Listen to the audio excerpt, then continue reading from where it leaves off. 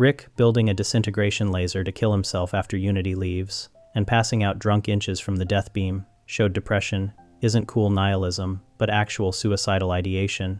Dozens of naked Mortys, strapped to a torture dome, being constantly stabbed to create a pattern of agony, revealed what Ricks do when left unchecked.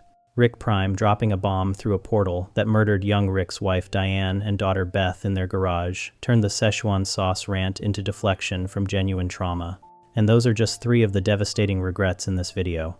Can you imagine all the existentially horrifying stuff there is to uncover when we dive deep into 2 hours of Rick and Morty lore to fall asleep? 2. But it's Rick's biggest regrets over the next few hours? I was certainly shocked by some of the stuff I found when I made this video. So, if you're ready to be blown away by what's about to come, sit back, relax, maybe grab some Szechuan sauce, if McDonald's hasn't discontinued it again, and let's begin. Let's begin with the Rick potion number 9. Rick Sanchez turned an entire planet into a body horror nightmare because his grandson wanted to impress a girl at a school dance. The best part? Rick's solution was to just leave. Find a different dimension where another Rick fixed the problem, wait for that Rick and Morty to die, then take their place. That's like burning down your kitchen because you ruined dinner, then moving into your neighbor's house after they conveniently die in an accident. Just another Tuesday for the smartest man in the universe.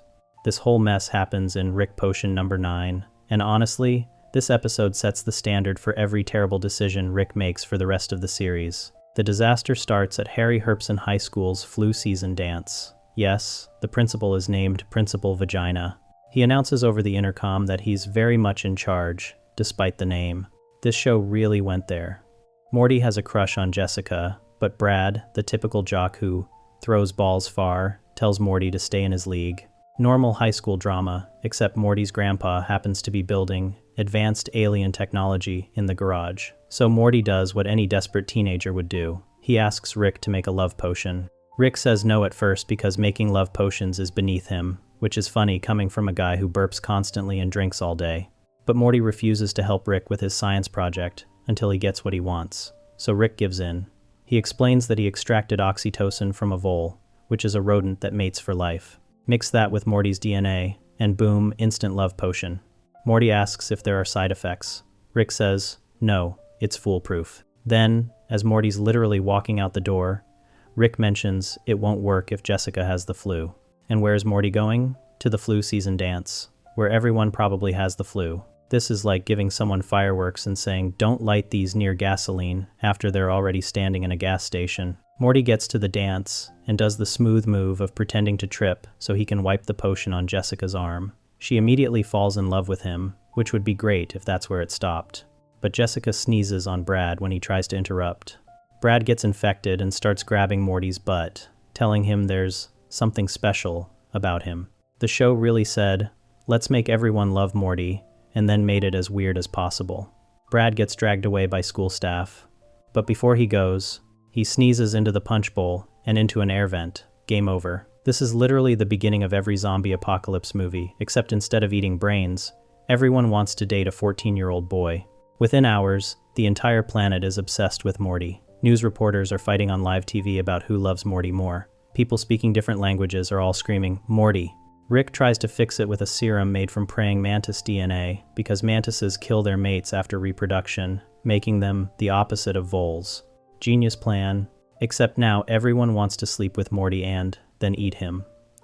When Morty points out that this is somehow worse, Rick tries again. This time he mixes koala, rattlesnake, chimpanzee, cactus, shark, golden retriever, and just a smidge of dinosaur. Rick apparently thinks DNA works. Like making a sandwich, just throw random ingredients together and hope it tastes good. Rick and Morty stand on top of a building, ready to release the new cure into the atmosphere. Morty's nervous because the last 2 attempts went horribly wrong, but Rick's ego won't let him admit defeat. He pulls the lever. The serum spreads across the planet. For about 5 seconds, it looks like it might work. Then, people start transforming.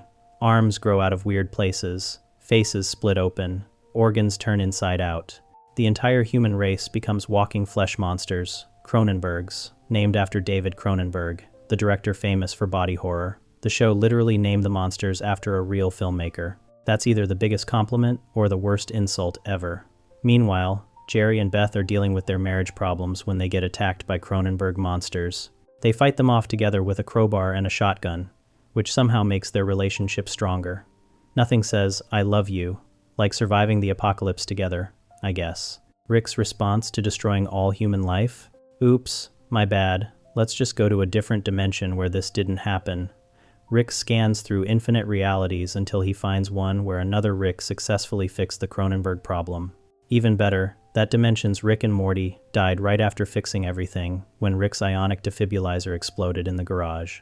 Perfect timing. Rick and Morty portal into this new dimension and find their own dead bodies on the garage floor, blown to pieces. Rick tells Morty they need to bury these bodies and pretend to be them. Morty's having a complete breakdown. He's looking at his own corpse, and Rick just keeps saying, "Calm down," like they're dealing with a broken dishwasher instead of existential horror. They drag their dead bodies into the backyard and bury them while sad music plays. The song is "Look On Down from the Bridge" by Mazzy Star, and it hits way too hard for a cartoon about a drunk scientist. Morty asks what happens to the dimension they just abandoned. Rick tells him not to think about it. He also mentions they can only do this 3 or 4 more times, tops, before they run out of replacement dimensions. So that's comforting. The original Smith family, Morty's actual mom, dad, and sister, are still alive in Cronenberg world, fighting mutant monsters. At one point, Beth says she's finally happy now that Rick and Morty are gone, which is both sad and hilarious. Here's where it gets weird. Weirder? The episode shows a Cronenberg Rick and Cronenberg Morty from a dimension where everyone was always Cronenberged. They portal into the dimension that Rick just ruined and say they'll fit right in now. So Rick ruined a normal dimension while Cronenberg Rick ruined a Cronenberg dimension, and they just swapped. The show really said, what if we made this even more depressing? And then did exactly that. The immediate result is that Morty has to pretend everything is normal. He sits at dinner with a family that looks exactly like his family, but technically isn't his family. His real family is in another dimension fighting for survival. Morty's 14 years old and he's already buried his own body. That's not something therapy can fix. Rick acts like this is no big deal, but even he admits that if he hadn't messed up so badly, they wouldn't need to dimension hop in the first place. This episode establishes the pattern for Rick and Morty's relationship going forward. Rick breaks something, usually catastrophically, finds a shortcut instead of actually fixing it, and leaves behind massive collateral damage. Morty becomes an accomplice to abandoning an entire reality. The Cronenberg dimension still exists, somewhere with the original Smith family living in a wasteland, all because Rick couldn't just tell his grandson, "No, I'm not making you a love potion." And Rick's regret? He knows this quick fix solution was probably the best option he had, which means his genius has limits. Those limits tend to cost other people everything. Every time Rick and Morty look at their backyard, they know there are 2 bodies buried there. That's the kind of trauma that sticks with you, which the show absolutely uses later. Rick might have escaped one apocalypse by burying his own corpse, but now we'll be seeing what happens when the smartest man in the universe turns that same self-destruction inward. Rick Sanchez built a death laser in his garage and stuck his head under it because his ex-girlfriend broke up with him via sticky notes plastered across an entire planet. The only reason he's still alive is because he got too drunk and passed out before the machine could vaporize his brain. This is like if Tony Stark built the Iron Man suit specifically to jump off a building but tripped over his own shoelaces on the way to the roof. Rick, the guy who constantly lectures everyone about how love is just chemicals and nothing matters, apparently found out those chemicals hit different when a sentient hive mind leaves you on read permanently. This whole mess happens in Erotic Assimilation, and the episode basically speedruns Rick's emotional journey from reunited with my cool ex to building a DIY suicide booth in my garage in about 20 minutes. Rick, Morty, and Summer respond to a distress beacon because Rick loves free stuff from dead aliens. His words, not mine. And they find a ship full of people who've been body snatched by a hive mind entity. Plot twist, the hive mind is Unity, Rick's ex-girlfriend who can possess entire populations. Rick's immediately thrilled because Unity took over an entire planet since their breakup, which is either impressive personal growth or the galaxy's most intense rebound. They start planning elaborate reunion activities involving naked redheads, crotchless Uncle Sam costumes, and stadiums full of men who look like Rick's dad. The show really said, let's weaponize Rick's daddy issues as foreplay, and nobody in the writer's room stopped them. Rick and Unity immediately start partying like it's the end of the world, which is ironic because Unity's literally running the world while getting blackout drunk. Unity's operating hospitals, piloting vehicles, and governing millions of people, but decides, You know what? Let's get wasted with my toxic ex, instead of doing my job. They're making alien drugs, blowing up towns for fun. Unity evacuated everyone first, so it's fine, totally fine. And Rick's stumbling around in a bathrobe surrounded by redheads like a divorced dad at a Vegas bachelor party. This is spring break, hive mind edition, except instead of trashing a hotel room, they're trashing an entire planetary infrastructure. Meanwhile, Summer's having her activist phase and trying to free the assimilated people by slapping them and yelling motivational speeches like she's in a YA dystopia novel. This backfires spectacularly shocking. I know, when Unity loses control and the entire planet breaks into a race war over nipple shapes, not nipple colors, not nipple sizes, nipple shapes. Cone nipples versus ripple nipples versus target nipples, all fighting to determine which chest configuration is genetically superior. Morty delivers the most casually devastating line in television history. First race war, huh? Like he's a burned-out dad, watching his kid discover that humanity is terrible through hands-on experience. The writers really looked at real-world racism and said, what if we made this about nipples, and somehow it works as commentary? Summer and Morty eventually drag Rick out of Unity's burning penis-shaped house. Yes, penis-shaped, because subtlety is for cowards, and tell him they need to leave. Summer drops the fashion metaphor heard round the galaxy. Rick and Unity are like leggings with mid-calf boots. They think they're great together, but they're just bringing out the worst in each other. Rick tries to laugh it off and gets Unity to back him up, but Unity's clearly dying inside across multiple bodies simultaneously. Rick tells his grandkids they're just emotional humans, and he can't give a crap about them, which is Rick speak for, I'm uncomfortable with feelings, and will now emotionally devastate teenagers to avoid vulnerability. Summer and Morty leave. Rick immediately pivots to asking if Unity can assimilate a giraffe. Priorities. Rick wakes up later, ready for round 2 of planetary destruction bingo, but Unity's gone. The entire planet is covered in breakup letters. Every wall, every street, every surface, just millions of copies of the same Dear John letter. Unity wrote one breakup note, and then Control+C, Control+V'd it across an entire civilization, like she's breaking up via mass email. The letter basically says, I'm attracted to you because you're broken, but being with you makes me broken too.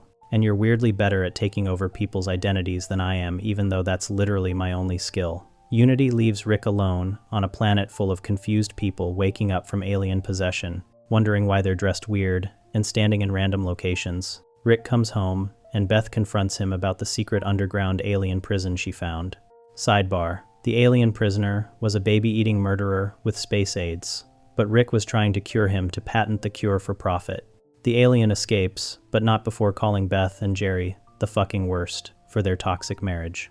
Even baby-eating space criminals have standards, apparently. Rick just says, okay, to Beth's boundaries without fighting, which freaks her out because Rick never accepts rules. Summer asks what happened with Unity. Rick pretends he doesn't care and says Unity thrives on enslavement, so good riddance, then announces he'll be in the garage. Here's where the show goes, full Breaking Bad Season 5 finale energy. Rick's alone in the garage while Do You Feel It? By Chaos. Chaos plays, the most devastating indie song ever weaponized by Adult Swim. He drains his flask, throws it away, and builds a machine with 2 energy bulbs. He pulls out a frozen alien creature, brings it back to life with chemicals, pets it while it screams, then positions it under the device. He activates the machine. The alien disintegrates instantly. Rick replaces the bulb, chugs the rest of his chemicals, and sticks his own head under the death beam. He hits the button. At the absolute last second, he passes out drunk and face plants onto the desk. The beam fires where his head was half a second earlier. The camera zooms out, showing Rick slumped unconscious on the desk through the night and into morning. Jerry shows up the next day, happily weeding the driveway, completely oblivious that his father-in-law almost committed suicide 20 feet away. The show really said, let's visually represent how isolated Rick is by having Jerry do yard work while Rick's having a crisis, and it hurts. The show doesn't make a big deal about this afterward. No intervention, no therapy, no very special episode talk. Rick just wakes up on the desk, and life continues. The post-credits scene shows Rick harassing Unity's new partner, Beta 7, proving he learned absolutely nothing. Classic Rick move: almost die from heartbreak, wake up, immediately start being terrible again. Rick's regret here is the kind that keeps therapists employed for decades. He regrets Unity leaving, obviously. But the real regret is that he's fundamentally incapable of being the person Unity needed him to be. Unity's breakup letter literally said, "You can't change," and Rick knows it's true. He's the common denominator in every failed relationship. Diane, Beth, Bird Person, Unity, eventually Morty. The suicide attempt is Rick admitting without words, because emotional honesty is for people who aren't terminally sarcastic, that maybe some things matter to him. Unity was the one entity in the universe who could love all of Rick simultaneously, and he still managed to poison it. The machine represents Rick's response to self-awareness. Instead of changing, just stop existing. Jerry weeding the garden while Rick slumped on the desk is the visual representation of Rick's worst fear, that if he died, nobody would notice or care. The real tragedy isn't the suicide attempt. The tragedy is that Rick's probably right about nobody caring, and he knows it. After wrecking an entire reality and walking away like it was nothing, Rick's next disaster hits a lot closer to home this time. The destruction happens in his own garage. Rick Sanchez got his best friend murdered at his own wedding because the Galactic Federation followed Rick there like a GPS tracker on a getaway car. Bird Person, the guy who fought alongside Rick in an intergalactic rebellion, who trusted Rick enough to invite him to the most important day of his life, got shot in the chest by his bride in front of everyone because Rick showed up. The Federation wasn't hunting Bird Person, they were hunting Rick. Bird Person just had the misfortune of being Rick's best friend, which, in the Rick Sanchez universe, is basically a death sentence with extra steps. This nightmare unfolds in The Wedding Squanchers, which starts innocently enough, with the Smiths eating breakfast when a courier flap, the intergalactic version of UPS but less off-putting, according to Rick, delivers a wedding invitation. Rick cracks open the egg-shaped invite, and a hologram pops out, showing Bird Person and Tammy announcing their wedding. Rick's immediate response is disgust. He calls weddings funerals with cake and says if he wanted to watch someone throw their life away, he'd hang out with Jerry all day. The show really lets Rick insult Jerry constantly, and honestly, Jerry usually deserves it. Rick tells the courier flap to RSVP no, and the thing accidentally ships Jerry to the wedding planet 6,000 light-years away. Classic, Jerry getting abducted by alien delivery systems because Rick was being sarcastic. Now Rick has to attend the wedding because Jerry's already there, which is the most Jerry reason to do anything. They all fly to Planet Squanch, where Squanchy greets them. Squanchy is basically a cat person whose entire vocabulary revolves around the word squanch in different contexts, like Smurfs, but somehow more disturbing. Beth tries to connect by saying, "I squanch my family," and both Rick and Squanchy look at her like she just said something deeply inappropriate, because apparently, squanch is contextual, and she just said the equivalent of something sexual in front of everyone. The whole planet is full of alien species celebrating Bird Person's wedding. There's a cyborg photographer who keeps apologizing for staring while taking candid shots. There are aliens with different body configurations, and everyone's having a good time. Rick gives a wedding speech that's shockingly sincere for someone who spends most episodes burping and being emotionally unavailable. He calls Bird Person his best friend and says if Bird Person loves Tammy, then Rick loves Tammy too. He toasts to friendship, to love, and to my greatest adventure, yet opening myself up to others. Everyone claps. Squanchy throws away his Rick's best friends forever collar in disgust, because apparently Rick's being too emotional. Morty cheers. To that, motherfuckers. Which is adorable coming from a 4-year-old trying to be supportive. For exactly 30 seconds, it looks like Rick might actually be capable of healthy relationships and personal growth. Then Tammy gets up to give her speech. She starts with, "I'm a high school senior from planet Earth, marrying a 40-year-old bird person. Like what?" And everyone laughs because it's self-aware and charming. Then, she drops the bomb. In a lot of ways, I'm not a high school senior from planet Earth. In a lot of ways, what I really am is a deep cover agent for the Galactic Federation, and you guys are a group of wanted criminals, and this entire building is surrounded. Beth responds with, "I don't get the metaphor," which is peak. Beth, your daughter's friend just revealed she's Space FBI, and you think it's a creative writing exercise. Jerry says he'll explain it later, which he absolutely won't, because Jerry never explains anything. Tammy pulls out a pulse rifle from the wedding nest. Bird Person stands up in shock, asking what she's doing. Tammy tells him to sit his bird ass down. Bird Person says her name one more time, Tammy, and she shoots him, multiple times. Bird Person falls from the nest onto the floor, making bird death sounds. Rick screams, "Bird Person, Nuo," and suddenly the entire wedding becomes a war zone. Squanchy reveals he's been hiding weapons and starts fighting Federation agents while screaming about squanching and growing giant to stomp on people. The Smith family runs. Jerry grabs a gun because even Jerry realizes this is bad. The whole wedding, which was supposed to be a celebration of love and Rick opening himself up emotionally, turns into a massacre because Rick's most wanted by an intergalactic government and they followed him to his best friend's wedding like bloodhounds. The family escapes to a tiny planet called Dwarf Terrace 9, and Jerry immediately starts suggesting they turn Rick in to the Federation. Jerry really looked at his father-in-law sacrificing himself to save everyone and thought, but what if we betrayed him for bacon? Beth threatens Jerry with no more bacon if he brings it up again, which is the most Beth threat possible, weaponizing breakfast meats to protect her emotionally distant father.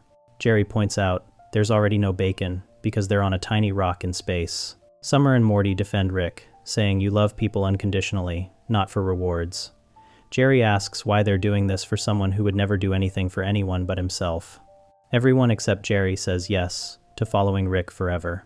Beth finally breaks down and screams, because I don't want him to leave again, you dumb asshole. Which is the most honest she's been about her abandonment issues in 2 seasons.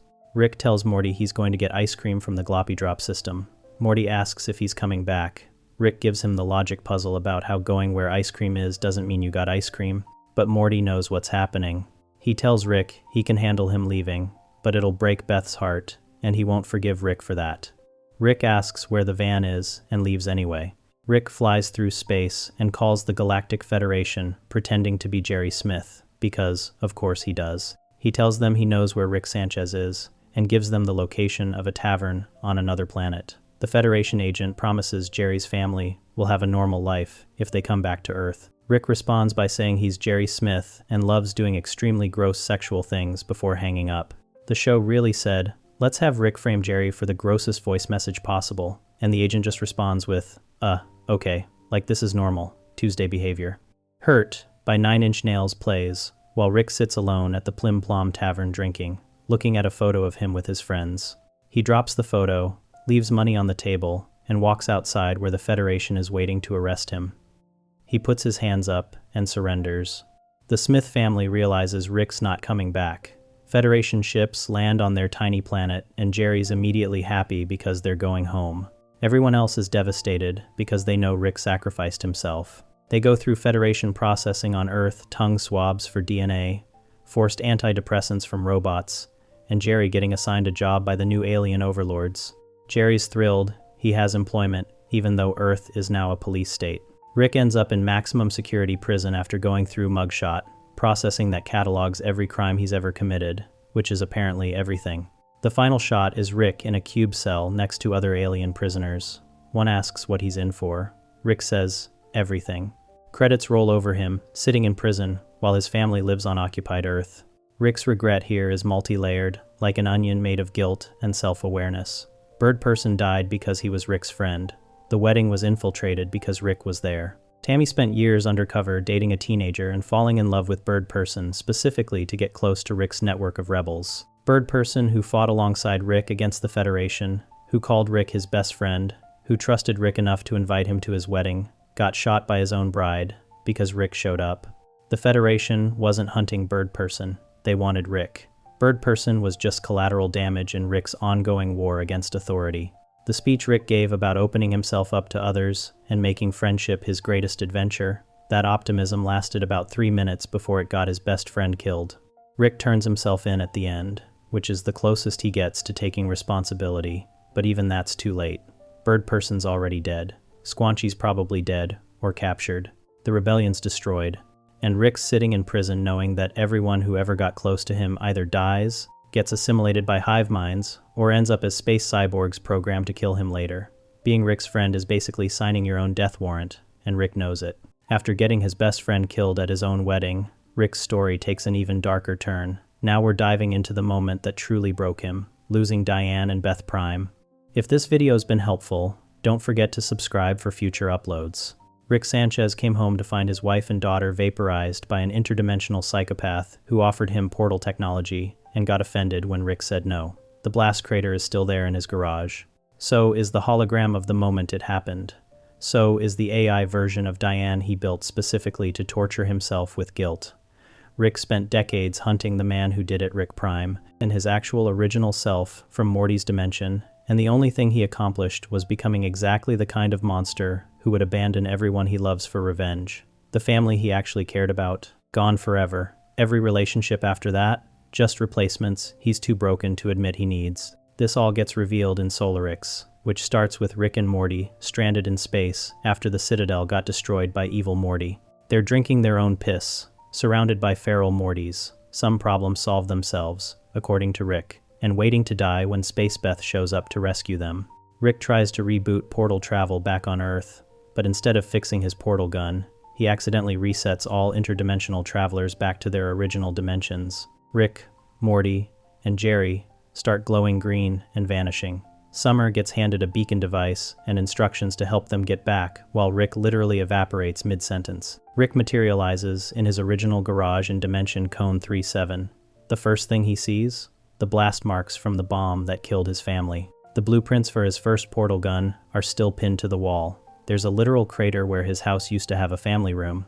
Rick touches the blast center and replays a holographic recording of Rick Prime, the Rick from Morty's original dimension, showing up to offer him portal travel. Rick Prime acted offended when our Rick said no, like refusing immortality in infinite universes was personally insulting. The hologram cuts off, and Rick just stands there, defeated, before a voice calls from the other room. It's Diane. Except it's not Diane. It's an AI Rick built to haunt himself. She makes passive-aggressive comments about how Rick's been gone so long looking for their daughter's killer, and how he always does everything he sets his mind to, except keep his family alive. Rick tells the AI to mute. Diane's voice responds that if she could be muted, she wouldn't be good at haunting him. Rick admits he forgot he wanted to be haunted, and Diane points out that's why the haunting comes in handy. This is some Black Mirror-level psychological self-torture. Rick literally programmed an AI to remind him of his failures 24/7 because he thinks he deserves it. Meanwhile, Morty gets sent back to his original dimension, which is still the Cronenberg wasteland from Season 1. Remember when Rick turned everyone into body horror monsters? Yeah, that dimension still exists, and Morty's original family is still there. Morty finds his original Jerry, now a bearded survivalist, who's read Eat, Pray, Love, and The Dark Knight Returns to cope with losing his wife and daughter. Jerry Prime explains that Beth got sick, and Summer didn't thaw right after being frozen. He's moved on by accepting things for what they are, which apparently includes stealing Morty's supplies and leaving him hanging upside down in a trap. Jerry Prime tells Morty that his mom and sister died because Morty abandoned them, and that moving on from caring is the best deal you'll ever get. Then he just walks away into the Cronenberg forest, leaving Morty sobbing on the ground. Back in Cone 37, Rick's building a new space cruiser while Diane's AI keeps needling him. She mentions keeping up the search for Rick Prime and offers new potential locations. Rick grabs a beer, and Diane asks who Summer is, then makes a distorted joke about how Summer should know what happens to people Rick loves. The AI is programmed to be cruel in exactly the ways Rick thinks he deserves. An old neighbor shows up at the door with a note claiming his mind is held captive in a time loop, trapped in the day of a traumatic event. Rick looks around and realizes the entire neighborhood is stuck in a Groundhog Day situation because drunk Rick froze them all in time years ago. Rick pulls a lever to shut it down, and the neighbor immediately dies with relief, gasping, "Sweet death." Rick tells the Diane AI that he came back on accident, and the guy he's looking for isn't findable. He admits he lives with a version of Beth now, and has grandkids. Diane asks if Summer is dead too, which is peak AI cruelty. Rick says Summer reminds him of Diane, then flies his cruiser straight into the interdimensional rift under the destroyed Citadel without coordinates. Diane's voice follows him, asking if he's killing himself. Rick says he's embracing the win-win of risking his life, which is the most Rick way of saying, I don't care if I die trying. Rick crashes in the Cronenberg dimension, finds Morty, and immediately starts scanning for Rick Prime's location. Morty's confused why they're tracking another Rick. Rick explains casually while deploying drones that Morty's original Rick killed Rick's family, and Rick's been waiting for him to return. Morty asks if he's bait to lure Rick Prime back. Rick says no, because for Morty to be bait, Rick Prime would have to value something, and he truly does not give a shit. The scanners locate Rick Prime's hideout, and Rick announces they're going to kill your grandpa, little buddy. They find Rick Prime's base, an invisible fortress full of traps and pre-recorded messages. Rick Prime admits on video that he's not there, shows a naked clone dancing in a glass chamber and releases killbots while making Saw and Keyser Sosa references. The show really said, let's make the guy who murdered Rick's family also be really annoying about it. Rick fights through the base, trying to reach the clone, losing his arms and growing new ones with laser whips. Morty points out this is an obvious trap, and if Rick goes deeper, Rick Prime will kill him. Rick just says, good, and keeps fighting. Morty asks why Rick cares if Morty dies, if Rick doesn't care if he dies. Rick gets mad and says Morty's like a suicide bomber. Morty responds that it takes one to know one, and that he doesn't know Rick Prime. Rick is his grandpa. Rick admits Morty gets his self-destructive tendencies from Rick Prime, not from Rick. The whole fortress starts counting down to self-destruct. Rick has to choose between revenge and saving his family. He chooses family, and they escape. Later, back home, Morty asks Rick to promise he's not bait to make Rick Prime come back. Rick says for Morty to be bait, Rick Prime would have to value something, and he truly does not give a shit. Rick calls him the real deal, which is Rick's way of saying Rick Prime is what Rick would be if he fully gave in to nihilism and stopped pretending to care about anyone. Rick's regret here is the foundation of everything else. Diane and Beth Prime died because Rick said no to unlimited power, and Rick Prime got petty about it. Imagine getting murdered because you didn't want to join someone's pyramid scheme, except the pyramid scheme is infinite universe travel. Rick spent decades becoming the smartest, most dangerous version of himself, specifically to hunt down one guy, and in the process became someone his original family wouldn't recognize. He abandoned young Beth in another dimension to chase revenge. He built an AI specifically to remind himself why he's terrible. He lives with replacement versions of the people he lost because he can't let go, but also can't admit he's already moved on. The blast crater in his garage is a monument to the moment Rick chose violence over science, revenge over family, and hunting over healing. Every terrible thing Rick does after this, abandoning Beth, manipulating Morty, destroying civilizations, is downstream from the moment Rick Prime took away the one thing Rick actually loved and turned him into a weapon aimed at nothing. After losing Diane and Beth Prime, you'd think Rick might finally learn what happens when you push family away, but nope. Next, we see him do it all over again, this time to his own daughter while she's still a kid. Rick Sanchez built his daughter an entire pocket dimension called Fruppyland and used it as a babysitter so he wouldn't have to parent her. Not a babysitter who comes to the house, a literal prison dimension, where he'd lock young Beth for hours while he did whatever the hell he wanted. Beth finds out as an adult that her imaginary friend, Tommy, actually got trapped in Fruppyland for decades and survived by creating incest cannibal hybrid children that he ate for protein. Rick's response to learning he left a child to either starve or become a god king of his own inbred offspring. Well, you're supposed to put elbow grease into your daughter.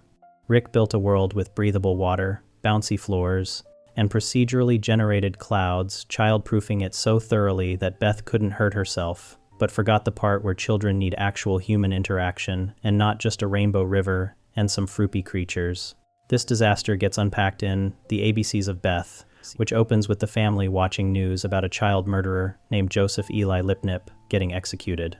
Beth mentions the son he ate was her childhood best friend Tommy. Summer accuses Beth of true crime bragging, and Beth gets defensive, saying it took years of therapy to process because as a kid, she told herself Tommy just got lost in the magical realm of Fruppyland. Summer immediately clocks that Fruppyland is a stupid name. Beth explains it was her make-believe world that felt real to her. Rick walks in, hears this, and loses his mind. Rick pulls out a bubble gun and traps Morty and Summer in airless bubbles, launching them outside through the sliding door. Beth admits she's warming up to the bubble gun, which says a lot about Smith family parenting standards. Rick gets offended that Beth's insulting the name Fruppyland and admits he actually built it. Beth's horrified realization kicks in. Her imaginary world was real, which means Tommy might actually be trapped there. Rick pulls out a device that opens a literal door to Fruppyland, a pocket dimension he collapsed a quantum tesseract to create. He tells Beth to relax because if Tommy's in there, he'll be the only sun-bleached skeleton with non-imaginary DNA. They enter Fruppyland and Beth immediately calls it a glorified chicken coop that Rick used to lock her up in. Rick gets defensive and points out the procedurally generated clouds in Rainbow River, saying he put real elbow grease into the place. Beth fires back that he was supposed to put elbow grease into his daughter. Rick responds with, gross, because emotional accountability is for people who aren't Rick Sanchez.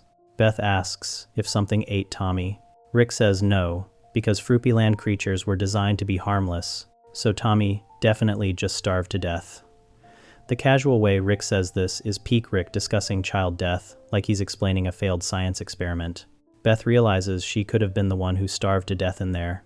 Rick does his usual deflection routine, sarcastically, calling himself a terrible dad, then pretending to jump off a cliff to drown himself. Except the ground is bouncy and the water is breathable because Rick child-proofed everything. Rick mockingly asks, who went and did that? As if building a safe prison dimension somehow makes locking your daughter in it acceptable. Beth's had enough of his manipulation and says, whatever. Rick goes on a rant about how dads get credit for making toilets look like R2-D2 on Reddit, but he's treated like Charles Manson for giving Beth her own world instead of an iPad. Then, a giant grotesque bird with razor-sharp claws attacks Rick, sinking its talons into his arm and flying away with him while he screams in genuine pain. Beth thinks Rick's still doing a bit to prove a point. He's not. The bird takes Rick to its nest, where 3 equally horrifying chicks start pecking at him. Rick shoots 2 of them with a ray gun, but the third bites his arm clean off. Rick falls out of the nest, crashes onto the bouncy ground, and has to replace his severed arm with a robotic one while screaming in agony. Beth walks over and sarcastically says, yeah, this place is the safest. Best dad ever. Can't you just say, I admit it, I screwed up? Rick asks what the point of apologizing would be. Beth says he can't just apologize, can he? Rick responds with, okay Beth, I'm sorry. You think you deserve an apology. The show really nailed the exact phrasing of someone who's physically incapable of genuine remorse. The bird attacks again, and Rick's robotic arm zaps it into an explosion. Rick analyzes the bird's DNA and discovers it's a hybrid of Fruppyland procedural carbons mixed with real human DNA. Beth immediately deduces that Tommy survived by having sex with Fruppy creatures, creating hybrid offspring, then eating them in an endless cycle of cannibalistic incest. Rick says it's just a working theory, but if that's the case, Tommy would be worshipped as a kind of god by a medieval-level society of his least delicious children. An army of Fruppy soldiers immediately appears, pointing spears at them and announcing they're prisoners of their exalted ruler, giver, and taker of life, humper and consumer of mortality. Rick cuts them off, saying they're way ahead of the reveal here, and tells them to just take them to King Tommy. The show really said, let's speedrun the Planet of the Apes twist, but make it about incest cannibalism. The episode cuts away to Jerry's subplot before showing the full confrontation with Tommy, but the damage is done. The reveal is that Rick used it as a convenient place to dump Beth whenever parenting got inconvenient. Beth spent her childhood thinking she had an amazing imaginary world her mind created, which gave her comfort during a traumatic time. Finding out it was real means finding out Rick literally locked her in a pocket dimension instead of spending time with her. The breathable water and bouncy floors weren't features. They were the bare minimum safety protocols Rick installed so Beth wouldn't die while he ignored her. Tommy's fate makes it worse. Beth brought her friend to Fruppyland because what else would a lonely kid do? And Rick either didn't notice or didn't care that Tommy got trapped there. Tommy spent decades alone, resorting to creating hybrid children through bestiality and then cannibalizing them to survive, eventually becoming a god king ruling over his own traumatized descendants. That's what happens when you leave kids in Rick's safe dimensions. They don't die, they just become monsters. Rick's regret here is buried under about 17 layers of deflection and sarcasm, but it's there. He knows Fruppyland was a lazy solution to not wanting to parent. He knows locking Beth in there was neglectful at best and abusive at worst. He knows Beth grew up broken because he wasn't there, and that she developed her own tendencies toward violence and sociopathy. Remember? She was friends with a kid who got eaten by a cannibal, and her response was creating an elaborate fantasy world instead of processing trauma. Rick essentially weaponized Beth's imagination against her, letting her think Fruppyland was something special she created, when really, it was just an interdimensional playpen Rick used so he could work on hunting Rick Prime without the inconvenience of childcare. Beth became exactly like Rick, because Rick wasn't around to teach her how to be anything else. She learned that love means abandonment, that problems can be scienced away, and that emotional honesty is for people who can't build pocket dimensions. Every terrible parenting decision Beth makes with Summer and Morty, she learned it from Rick, and Rick knows it. After locking his daughter in a pocket dimension, Rick takes things even further next. He tries to erase his ability to care at all. Rick Sanchez went to a spa, used a detox machine, and the machine literally separated his capacity to love people from the rest of him because Rick's brain categorizes emotional attachment as poison. The toxic version of Rick that got extracted? That's the part that cares about Morty, that has irrational attachments, that feels guilt and loneliness. The healthy Rick that walked out? A sociopath who apologizes for things he doesn't mean, listens to random music for algorithmic efficiency, and tells Morty he's proud of him without feeling anything. Rick spent his whole life trying to kill the parts of himself that could still care, and he finally succeeded for about 20 minutes until Toxic Rick escaped and proved that even Rick's worst qualities include giving a shit. 1. This psychological crisis unfolds in Rest and Ricklaxation, and it starts with Rick and Morty barely surviving a 6-day adventure that almost kills them. They're screaming in their spaceship, hands shaking, Morty crying, Rick admitting he hates himself and thinks he deserves to die. They need a vacation. Rick takes them to an alien spa where everything's designed to be relaxing.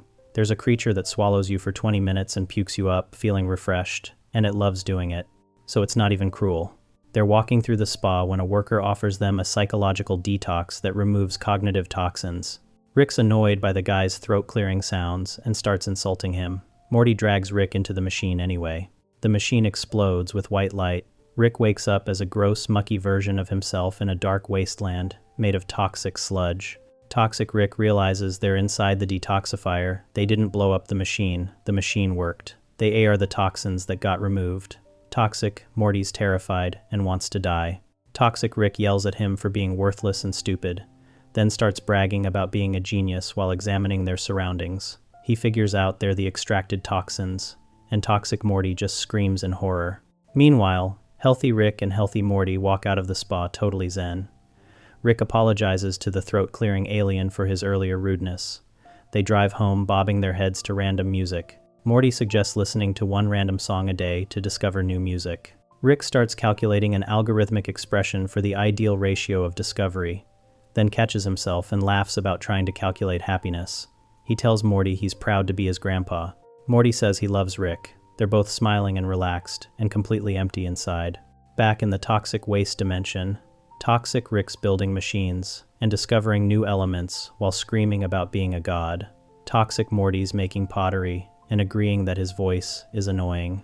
Toxic Rick discovers the toxic equivalent of electricity and keeps insulting Toxic Morty, who just sadly accepts it. The show makes it clear these toxic versions are in constant pain. Toxic Rick's angry and manic, Toxic Morty's self-loathing and terrified, but they're also the versions that feel anything at all. Healthy Morty's life immediately improves. He becomes confident at school, gets a date with Jessica, helps other students with advice. Everyone loves him because he's genuinely positive and has zero anxiety. But there's something off. He's too confident, too helpful, too unbothered by rejection. When his date with Jessica goes badly, he just pivots to hitting on an older woman at a bar using increasingly sexual pickup lines. The show really said, let's make Morty a 4-year-old pickup artist, and somehow, it's the logical extreme of removing his insecurities. Healthy Rick starts getting faint transmissions on his sub-ether phone. He enhances the audio, and it's Toxic Rick screaming threats about escaping. Rick realizes the toxic parts of them are alive and conscious and in pain. He tells Morty they need to remerge because it's not right to leave sentient beings trapped and suffering. Morty breaks Rick's phone and tells him to focus on the good things. Trust him. Things are good. Rick's concerned, but Morty keeps insisting everything's fine while his eyes are a little too wide and his smile's a little too forced. Toxic Rick eventually tricks Healthy Rick into opening the containment tank by threatening to let Toxic Morty die. Healthy Rick brings the tank home and tries to get Morty to voluntarily re-merge. Morty refuses. Rick tries to force him into the booth. Morty's date Stacy helps him escape. Toxic Rick and Toxic Morty escape into Rick's garage, while Healthy Rick and Healthy Morty get trapped in the toxic wasteland dimension. Toxic Rick starts beating the crap out of Healthy Rick, easily winning every fight because Healthy Rick has no survival instincts or rage to fuel him. Toxic Rick escapes with the detoxifier tank and builds a machine to toxify the entire planet. The beam shoots out, and suddenly everyone on Earth becomes their worst selves. Priests admit God is fake, teenagers riot, birthday party clowns tell kids Santa isn't real, and they're all mistakes. The whole planet descends into chaos because Rick's version of toxic spread like a virus. Rick figures out the detoxifier works based on each individual's definition of toxicity.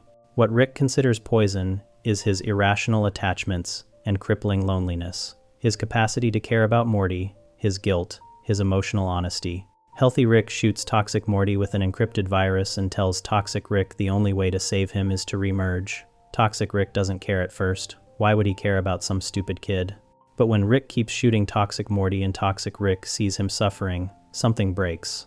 Toxic Rick kneels down asking if Morty's okay, tells him to relax, says, "Grandpa's here." Rick captures toxic Rick and remerges, immediately becoming regular Rick again, burping, farting in Morty's face, back to his old self. He reverses the global toxification beam and goes after Morty, who's escaped and become a successful stockbroker dating a perfect woman. Morty's living his best life as a sociopathic Wall Street guy with zero conscience. Rick injects him with his toxic half, and Morty immediately becomes miserable again, realizing how much he cares and how much everything hurts. Rick's regret here is that he spent decades training himself to view love as weakness. His toxic, half the part that actually gives a shit about Morty, that feels responsible for people, that experiences attachment, is something he's been trying to suppress his entire adult life. When the machine split him, it revealed what Rick actually thinks about his own emotions. They're poison, they're weakness, they're the bad parts that need to be removed.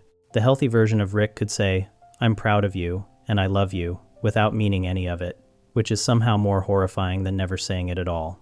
Toxic Rick fought like hell to get back to Morty, because that's the version that actually cares, even if caring manifests as anger and abuse. Rick's been at war with himself forever, trying to kill his capacity for attachment because attachment means vulnerability, and vulnerability means pain.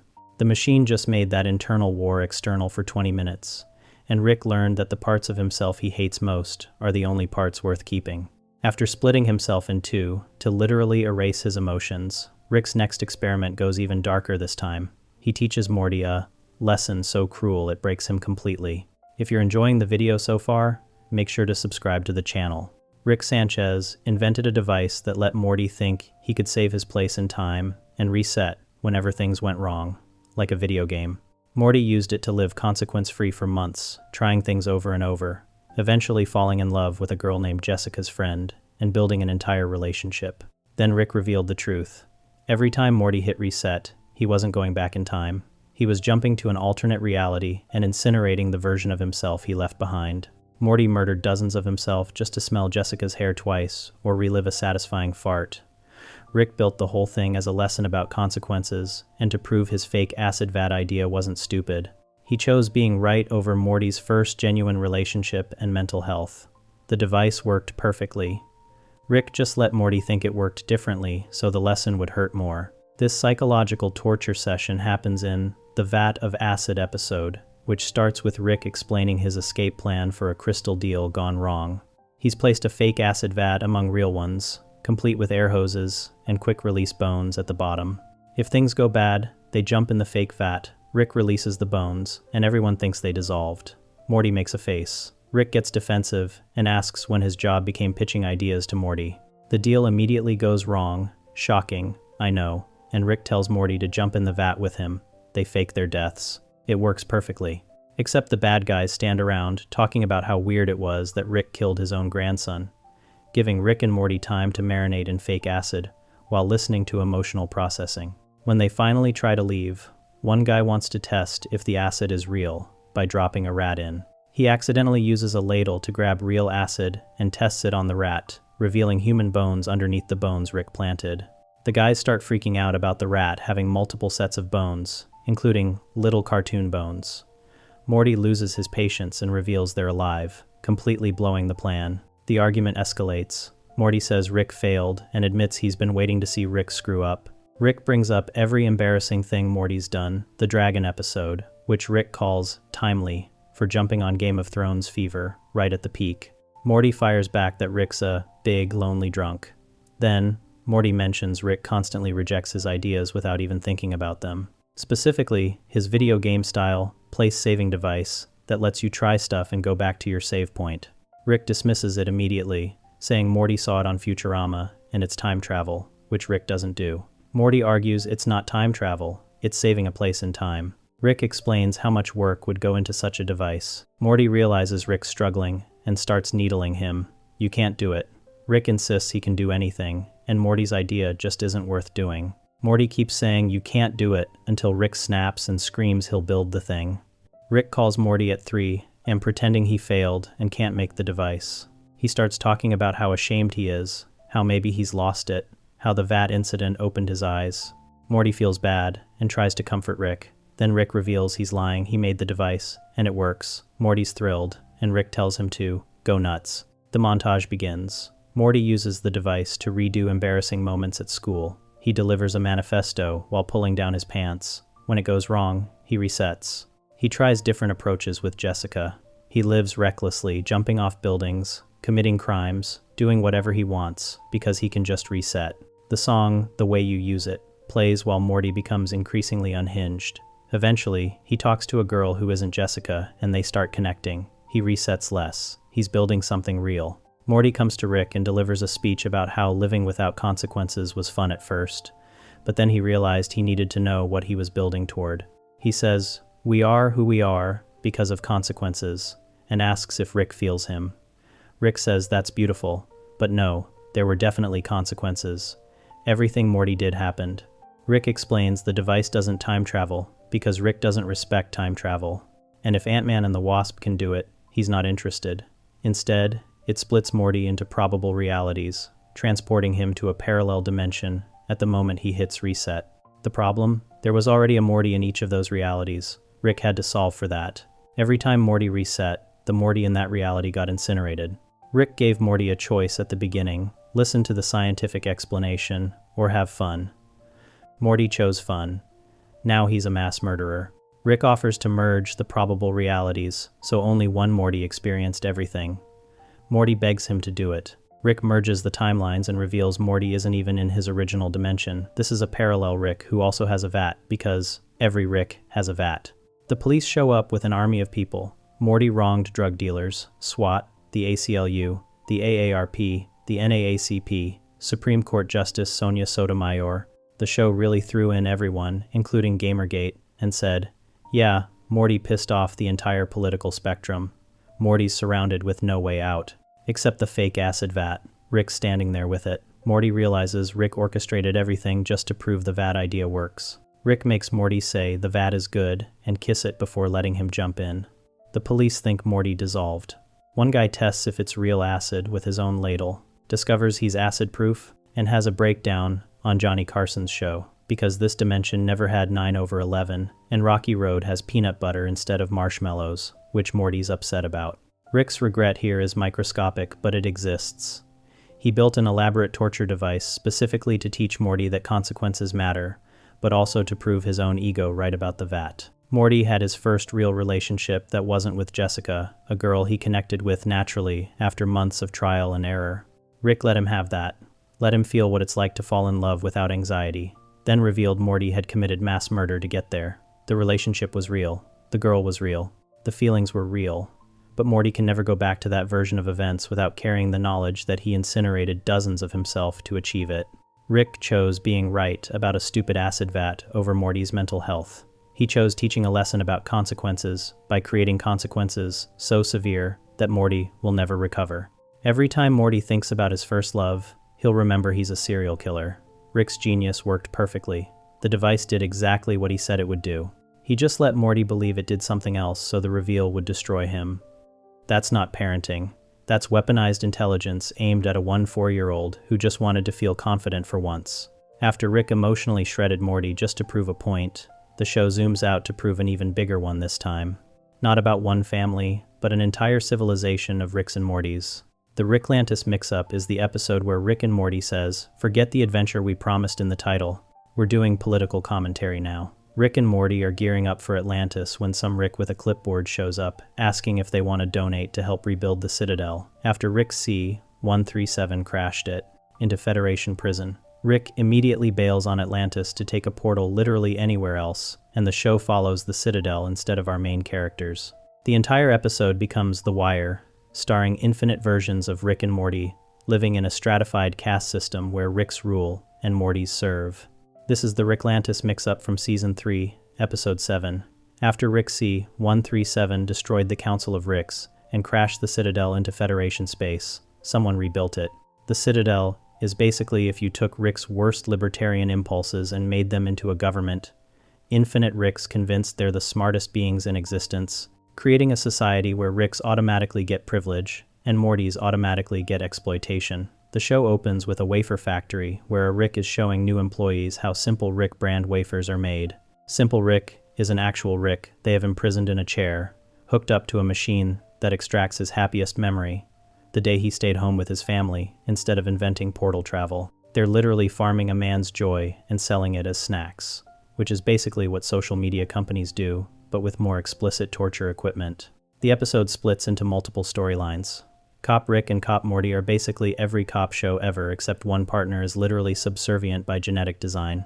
Cop Morty believes in the system, thinks things can change from within. Cop Rick is cynical, been on the force too long, seen too much. They investigate a Morty getting sucked into a manhole by a tentacle monster. 4. Simple. Rick freedom fighters are attacking wafer factories and killing the imprisoned Ricks, claiming they're liberating them from capitalist exploitation. The show doesn't commit to whether they're terrorists or freedom fighters, which feels intentional. Meanwhile, at the factory, Factory Rick gets promoted to managing the whole facility. He's passionate about the product, talks about cookies from when he was a kid, believes in Simple Rick's message. The freedom fighters attack the factory mid-tour and kill Simple Rick, which means they need a new Rick to extract memories from. Factory Rick volunteers, saying he wants to give people a taste of home. They hook him up to the chair and extract his happiest memory, which turns out to be about those same cookies, working in a factory, making snacks. Factory Rick's happiest memory is literally working in a wafer factory, which means he's only happy as a corporate drone. Capitalism successfully conditioned him to love his own exploitation. His employee Gearhead looks horrified and quits on the spot. At a Morty school, campaign manager Morty is running a class president candidate against another popular Morty. Their candidate gives a great speech about working together and fixing systemic problems. Then candidate Morty reveals his actual plan. He's going to jump off the balcony to his death. He tells campaign manager Morty that most Mortys are one bad day away from saying how things really are, and this suicide will make everyone see how broken everything is. Candidate Morty jumps, crashes through tables, blood everywhere. Then, popular Morty's campaign manager immediately frames it as thoughts and prayers. Remember to vote for popular Morty. Campaign manager Morty watches them spin a suicide into a campaign boost and just leaves. Even death gets commodified in politics. Cop Rick and Cop Morty track the freedom fighters to their hideout. They have a massive shootout. Cop Rick murders them all execution style, then finds evidence that his partner Big Rick was funding the freedom fighters. Big Rick was getting kickbacks from the factory owners. The attacks raised security costs, which raised wafer prices, which raised profits. He was basically a cop doing terrorism to justify more policing. Cop Morty's devastated that his partner was corrupt. Cop Rick says, "That's just how it is," and they both agree to bury the evidence, because exposing it would hurt the Citadel. They literally choose maintaining the corrupt system over reform. Even the good cops protect the bad ones, because the institution matters more than justice. Woven through all of this is another Morty's story. He's working terrible jobs: gas station attendant, fast food worker, construction. He gets insulted by Ricks everywhere he goes. A teacher Morty sees him and asks what happened. This Morty explains he couldn't afford school and dropped out. Teacher Morty encourages him to try again, tells him anyone can make it with hard work. Morty eventually gets into night school, graduates, becomes a cop. And here's the gut punch. This Morty is Evil Morty. The show's been following his origin story the whole episode. He rose through the system, played by every rule, worked every angle. Then he runs for president of the Citadel on a populist platform, giving speeches about how Ricks and Mortys can live as equals, promising change. Election day arrives and Evil Morty wins in a landslide. President Morty's campaign manager, a Rick, obviously, goes to congratulate him and start telling him how things really work. Evil Morty plays along, walks with him into a crowd celebrating. Campaign manager Rick's about to explain the Shadow Council when Evil Morty activates a device. Everyone in his eye patch starts walking toward the airlock, the entire Shadow Council of Ricks, who actually ran the government, all being controlled by Evil Morty's eye patch. They march into the airlock and get ejected into space. One Rick screams about there being 5 more curtains to pull back before you find the real truth, and Evil Morty ejects him mid-sentence. All the Ricks controlling things from behind the scenes, dead. The Citadel finally has a president who actually has power, and that president is a Morty with an eye patch who just murdered everyone who stood in his way. The Ricklantis Mixup argues that Rick's ideology can only produce fascism when scaled up. Rick's individual libertarian nihilism, SA1, nothing matters, do whatever you want, intelligence justifies anything, becomes a caste system when infinite Ricks build a society together. Simple Rick is the perfect symbol, a Rick who chose family over infinite power, imprisoned and tortured, so other Ricks can buy wafers that taste like what they gave up. The factory literally sells nostalgia for a choice Ricks refuse to make. Every Rick on the Citadel could go home, could choose family, could stop pursuing infinite knowledge. Instead, they commodified the memory of that choice and sold it as a snack. Evil Morty rising to power is Rick's chickens coming home to roost. The Citadel treated Mortys as genetic underclass for so long that eventually a Morty learned the system well enough to take it over. Teacher Morty believed working within the system creates change. Candidate Morty believed only destruction creates change. Evil Morty proved that sometimes you need to work within the system to get close enough to destroy the people running it. He played every rule, followed every expectation, became exactly what the Citadel wanted, until he had enough power to murder everyone above him. When you build a society on exploitation, eventually someone exploited will figure out how to exploit back, and they'll probably be better at it because they learned from the best. The episode ends with Rick C-137 and Morty coming home from their Atlantis adventure, completely unaware that an evil fascist version of Morty just took over an entire government dimension. Rick's too busy talking about mermaids to notice he accidentally created the conditions for Morty Hitler. Evil Morty's presidency is the show's darkest commentary. Sometimes the only way to beat a broken system is becoming something worse than what you're fighting. And sometimes the victims of oppression become the best oppressors because they know exactly how the machine works. After Evil Morty seizes control of the Citadel and turns Rick's entire philosophy into a fascist government, the show finally brings everything full circle. Now we watch Rick confront the man who started it all, Rick Prime. Unmortricken is the episode where Rick finally kills the man who murdered his wife and discovers revenge doesn't fix anything. Evil Morty shows up because Rick's obsessive hunt for Rick Prime is causing dimensional shockwaves that reach even outside the finite curve. They team up to track down Rick Prime together, and after decades of hunting and planning and obsessing, Rick gets exactly what he wanted and feels absolutely nothing. The episode opens with Rick and Morty doing another adventure when suddenly reality starts glitching and Evil Morty portals in, looking annoyed that Rick C-137's revenge quest is breaking the multiverse. Season 7, Episode 5 starts with Evil Morty explaining he's been living outside the finite curve, the bubble of infinite universes where Rick is the smartest person, since he escaped the Citadel, and Rick's hunt for Rick Prime is causing omega waves that reach even there. Evil Morty explains that Rick Prime is so good at hiding because he exists in all places simultaneously through some kind of omega device that Rick C-137's too stupid to understand. Rick's immediately defensive about being called stupid, which is basically his entire character in one reaction. Evil Morty offers a deal. They work together to find Rick Prime. Evil Morty gets the omega device for himself, and Rick gets his revenge.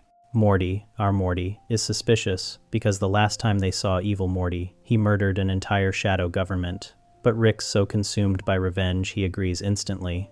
They track Rick Prime to his hideout, except it's another trap. Rick Prime left pre-recorded messages mocking them, along with an army of clone Ricks and various death machines.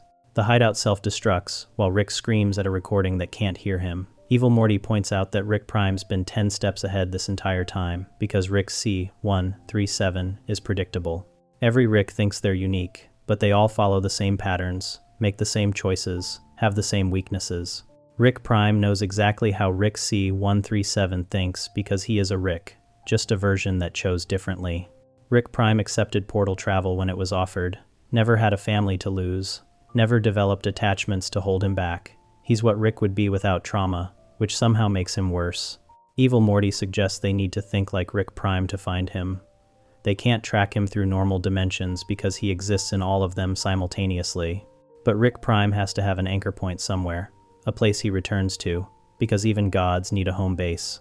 Evil Morty hacks into the Citadel's databases, which still have records despite him murdering everyone, cross-references, dimensional signatures, and finds an anomaly, a dimension that registers as Rick Prime's origin point, but shouldn't be accessible.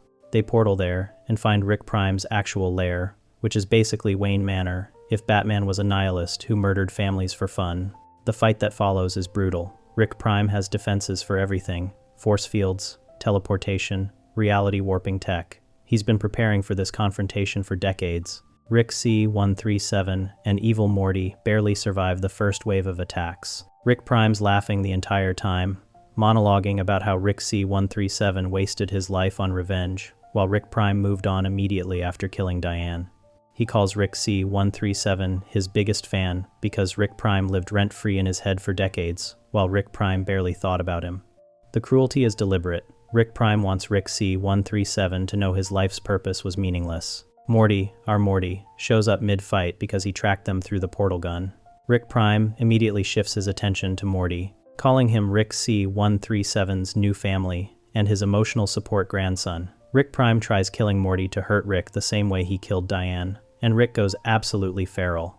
The rage that's been building for decades explodes. Rick C-137 stops fighting tactically and just attacks, using everything he has, burning out equipment, not caring if he dies, as long as Rick Prime dies first. Evil Morty takes advantage of the chaos to grab the Omega device while both Ricks are distracted. Evil Morty gets the device working and reveals what it actually does. It's a failsafe Rick Prime built that would resurrect him if he ever died. The Omega device keeps him alive across infinite dimensions simultaneously, making him functionally immortal. Evil Morty shuts it down, leaving Rick Prime vulnerable for the first time in his existence. Rick C-137 realizes this is it. Rick Prime can finally die. He pins Rick Prime down and just starts beating him to death with his fists. No fancy weapons, no clever tricks, just decades of grief and rage being pounded into Rick Prime's skull. Rick Prime's laughing at first, then begging, then screaming, then silent. Rick keeps hitting him long after he's dead. Morty's watching in horror. Evil Morty's watching with complete indifference. When Rick finally stops, covered in blood, breathing hard, Morty asks if he's okay. Rick says he's fine. Evil Morty calls him a liar. Rick just spent decades obsessing over this moment, building his entire personality around revenge, and now that it's done, he feels nothing. Diane's still dead. Beth's still dead. Killing Rick Prime didn't bring them back, didn't fix anything, didn't even make Rick feel better. Evil Morty tells Rick he's addicted to being miserable, that Rick needs something to chase because actually catching it means confronting the emptiness underneath. Rick Prime was right. Rick C-137 wasted his life on this. Rick has a complete breakdown. He starts laughing and crying simultaneously, saying Evil Morty's right. It was all for nothing. Decades of hunting and planning and obsessing, and it changed nothing. Morty tries comforting him, but Rick pushes him away. Evil Morty takes the Omega device and leaves, telling Morty that Rick C-137 will either figure himself out or he won't. And either way, it's not Evil Morty's problem anymore. He portals away. Morty's left alone with Rick, who's sitting in Rick Prime's blood, having an existential crisis about wasting his entire life on revenge that felt hollow the second he achieved it. Morty eventually gets Rick home. Rick goes to the garage and just sits there staring at the wall, covered in locations where Rick Prime used to be. Morty brings him food, and Rick doesn't eat it. Summer tries talking to him, and Rick doesn't respond. Beth asks what happened, and Morty can't explain it. Jerry suggests maybe Rick needs therapy, and everyone agrees Jerry should stop talking. Days pass with Rick barely moving. The family's worried but doesn't know what to do. Morty finally sits with Rick and tells him that maybe revenge was never going to fix anything. But Rick still has a family now, and they're not a replacement for Diane and Beth, but they're something. Rick admits to Morty that he doesn't know who he is without the revenge quest. He spent so long hunting Rick Prime that it became his entire identity. The robot Rick, built to replace himself while hunting, was a better grandfather than real Rick, because real Rick was too consumed by revenge to care about anything else. Now Rick Prime's dead, and Rick's still here, and he doesn't know what to do with that. Morty suggests they figure it out together, which is either genuine growth or enabling Rick's dysfunction depending on your interpretation. Unmortricken argues that revenge is a trap disguised as purpose. Rick spent decades believing that killing Rick Prime would bring closure, that murdering his wife's murderer would somehow balance the scales. The show reveals that revenge doesn't work that way. It's just violence that perpetuates itself. Rick Prime killed Rick's family, so Rick killed Rick Prime, and now Rick's still broken, but with blood on his hands and nothing to show for it. The tragedy is that Rick knew this would happen. He's the smartest man in the universe, and he couldn't figure out that revenge wouldn't fix him. Or maybe he did know, and chased it anyway, because chasing something is easier than admitting you're empty inside. Evil Morty being right is the episode's cruelest moment. Evil Morty escaped the Citadel, and the Finite Curve specifically, to get away from Rick's, and their predictable patterns of self-destruction. He shows up, helps Rick get his revenge, takes what he needs, and leaves while telling Rick he's addicted to being miserable. And Rick can't even argue because it's true. Rick replaced family with revenge, replaced love with hate, replaced healing with obsession. Killing Rick Prime was always going to be hollow because Rick wasn't hunting Rick Prime to get justice. He was hunting him to avoid dealing with grief. The second Rick Prime died, Rick had to confront that his wife and daughter are gone, and revenge didn't bring them back. Some things can't be fixed by being the smartest person in the room, and Rick's finally learning that lesson, decades too late. Rick finally kills the man who ruined his life and feels nothing, and in the very next story, he proves he doesn't need revenge to destroy someone innocent. If you're enjoying the video, subscribe to the channel. The Old Man in the Seat is the episode where Rick builds himself a private toilet on a distant planet. Someone else uses it, and Rick tracks them down with the intensity of John Wick, hunting the guy who killed his dog. Except the John Wick of this metaphor is a 70-year-old alcoholic, and the dog is a toilet. Tony just wanted connection and friendship, and maybe to use a really nice bathroom, and Rick responds by hunting him across the galaxy, and indirectly causing his death over the violation of his personal space. The episode opens with Rick in his garage working on something secret, while aggressively deflecting Morty's questions about it. Season 4, Episode 2 reveals Rick's been hiding a toilet he built on a random planet with perfect atmosphere, perfect humidity, and complete isolation. Rick's entire personality is built on not caring about anything, but he cares deeply about this toilet. He's got a whole routine. Portals to the planet, sits down, reads while doing his business, portals home. The toilet represents the one thing Rick allows himself to value, which makes it the most vulnerable part of his psyche. Morty discovers Rick's secret and thinks it's pathetic that Rick needs a private toilet in space. Rick explains that everyone needs one place that's entirely theirs, and this is his. Then Rick portals to the planet and discovers someone else has been using his toilet. The toilet paper's been replaced with the roll going the wrong direction, which Rick considers a war crime. Rick goes full detective mode, analyzing the toilet seat for DNA. He finds traces and starts building a profile, Uinoid. Possibly works in waste management based on bacterial signatures. Definitely someone who doesn't respect personal boundaries. Morty points out Rick could just build another toilet on another planet, but that's not the point. The point is someone violated Rick's sacred space and needs to face consequences. Rick's basically Bruce Wayne if Batman's parents were killed by someone who used his private bathroom. The vendetta is completely disproportionate to the crime, which is vintage Rick behavior. Meanwhile, Jerry's subplot involves him working at an advertising agency, where everyone loves him because he had one good idea about releasing an app without instructions, so people have to figure it out themselves. The agency treats this like Jerry's a genius, giving him an office and creative control. Jerry's thriving for once, but the success is making him paranoid because he knows he got lucky and doesn't actually know what he's doing. Every meeting where people ask for his input, Jerry gives vague nonsense that everyone interprets as profound. It's basically the Emperor's new clothes, except the Emperor knows he's naked and is desperately hoping nobody notices. Rick tracks the DNA to an alien planet and finds Tony, regular guy who works in waste management and just wanted a nice place to relax. Tony's incredibly friendly and apologetic, explaining he found Rick's toilet by accident and started using it because it was perfect. He even brought his own toilet paper because he didn't want to use Rick's supplies. Tony's so nice that it makes Rick angrier. Tony keeps trying to befriend Rick, offering to get drinks and talk about their lives. He mentions being lonely and thinking maybe the universe brought them together because they're both guys who appreciate a good bathroom. Rick responds by calling him a piece of garbage and threatening to kill him if he ever uses the toilet again. Tony promises he won't, but Rick doesn't believe him. Rick sets up surveillance equipment, motion sensors, and automated defenses around the toilet. Days pass, and Tony doesn't come back. Rick should feel satisfied, but instead feels empty. Morty points out Rick's obsessing over this because he's refusing to process that someone invaded his one sacred space. Rick dismisses this as armchair psychology and portals back to check the toilet. Everything's untouched, but Rick notices Tony left a note thanking Rick for sharing the toilet and saying it made him feel less alone.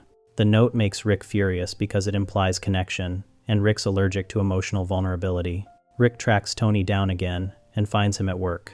Tony's genuinely happy to see Rick, thinking maybe Rick changed his mind about being friends. Rick tells Tony he's here to make sure Tony never uses the toilet again. Tony swears he hasn't been back and won't go back. Rick asks why Tony's so obsessed with that specific toilet. Tony explains he's been dealing with depression and loneliness, and finding that toilet was the first time in years he felt peace. He wasn't trying to violate Rick's space, he just needed somewhere to feel safe. Rick responds by mocking Tony's emotional honesty and calling him pathetic for attaching meaning to a bathroom. Tony asks Rick why he's so angry about this. Rick explains, the toilet was supposed to be his one escape from a universe that constantly demands things from him. The toilet was the only place he could be alone without family or adventures or responsibilities. Tony invaded that, and now Rick can never get that peace back. Tony suggests maybe they could share the toilet and both have that peace. Rick calls him an idiot and leaves, but Rick's words stick with Tony in the worst way. Tony realizes Rick's right that attaching meaning to a toilet is pathetic, and maybe Tony's entire life is pathetic if the best moment he's had in years was using someone else's bathroom. Rick goes back to the toilet one more time and finds it vandalized. Someone spray painted it, smashed the bowl, destroyed the ecosystem. Rick carefully maintained. Rick immediately assumes Tony did it out of revenge. Rick tracks Tony to his apartment and finds him dying. Tony used some kind of chemical accelerant to commit suicide. Rick realizes the vandalism wasn't Tony, it was random aliens who found the planet. But Rick's confrontation pushed Tony over the edge emotionally. Tony's last words to Rick are asking if Rick came back to be friends. Rick lies and says yes. Tony dies, happy thinking Rick cared about him. Rick sits with Tony's body and has a complete breakdown. He didn't directly kill Tony, but he definitely helped. Rick spent their last interaction making Tony feel worse about himself, mocking his loneliness and depression, telling him he was pathetic. Tony was reaching out for connection, and Rick responded with cruelty, because Rick's too broken to accept friendship from someone who needed him. Morty finds Rick at Tony's apartment and asks what happened. Rick can't explain it without admitting he killed someone over a toilet seat. They portal home in silence. Back home, Jerry's ad agency discovers his app idea was actually terrible. The app has negative reviews, and the company's losing money. Jerry gets fired in a meeting where everyone who praised him now calls him incompetent. Jerry comes home devastated, and Rick's too depressed about Tony to even mock him. The family eats dinner in uncomfortable silence. Beth asks if Rick's okay. Rick says he's fine. Summer points out Rick looks like he saw a ghost. Rick admits he kind of did. The old man in the seat argues that Rick's need for control extends to absurd extremes when he's protecting vulnerability. The toilet wasn't actually about the toilet. It was about having one thing in the universe that belonged entirely to Rick, without demands or expectations. Tony using it felt like an invasion, because Rick can't let anyone get close without seeing it as a threat. Rick's response to this perceived violation was hunting Tony with the same intensity he hunts actual villains, treating a lonely waste management worker like a mortal enemy. The cruelty is the point. Rick would rather destroy someone reaching out for connection than risk admitting he understands that loneliness. Tony's death is Rick's most pointless kill.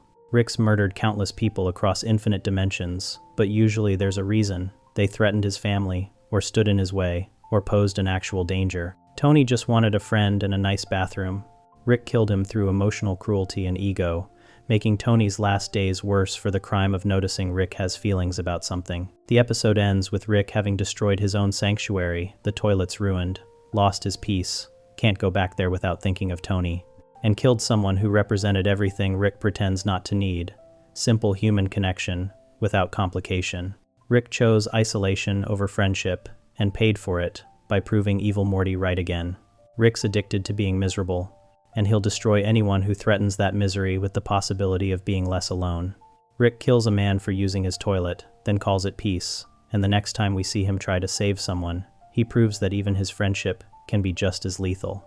Runnal Friendshine of the Spotless Mort is the episode where Rick enters his best friend's traumatized brain to save him from a coma, meets a younger version of himself, and discovers that rescuing someone doesn't automatically make you the hero when you're the reason they needed rescuing in the first place. Bird Person got turned into Phoenix Person, a cyborg killing machine, at his own wedding after his bride turned out to be a Federation agent, then got shot by Rick during a fight, and now Rick's literally inside his brain trying to undo the damage.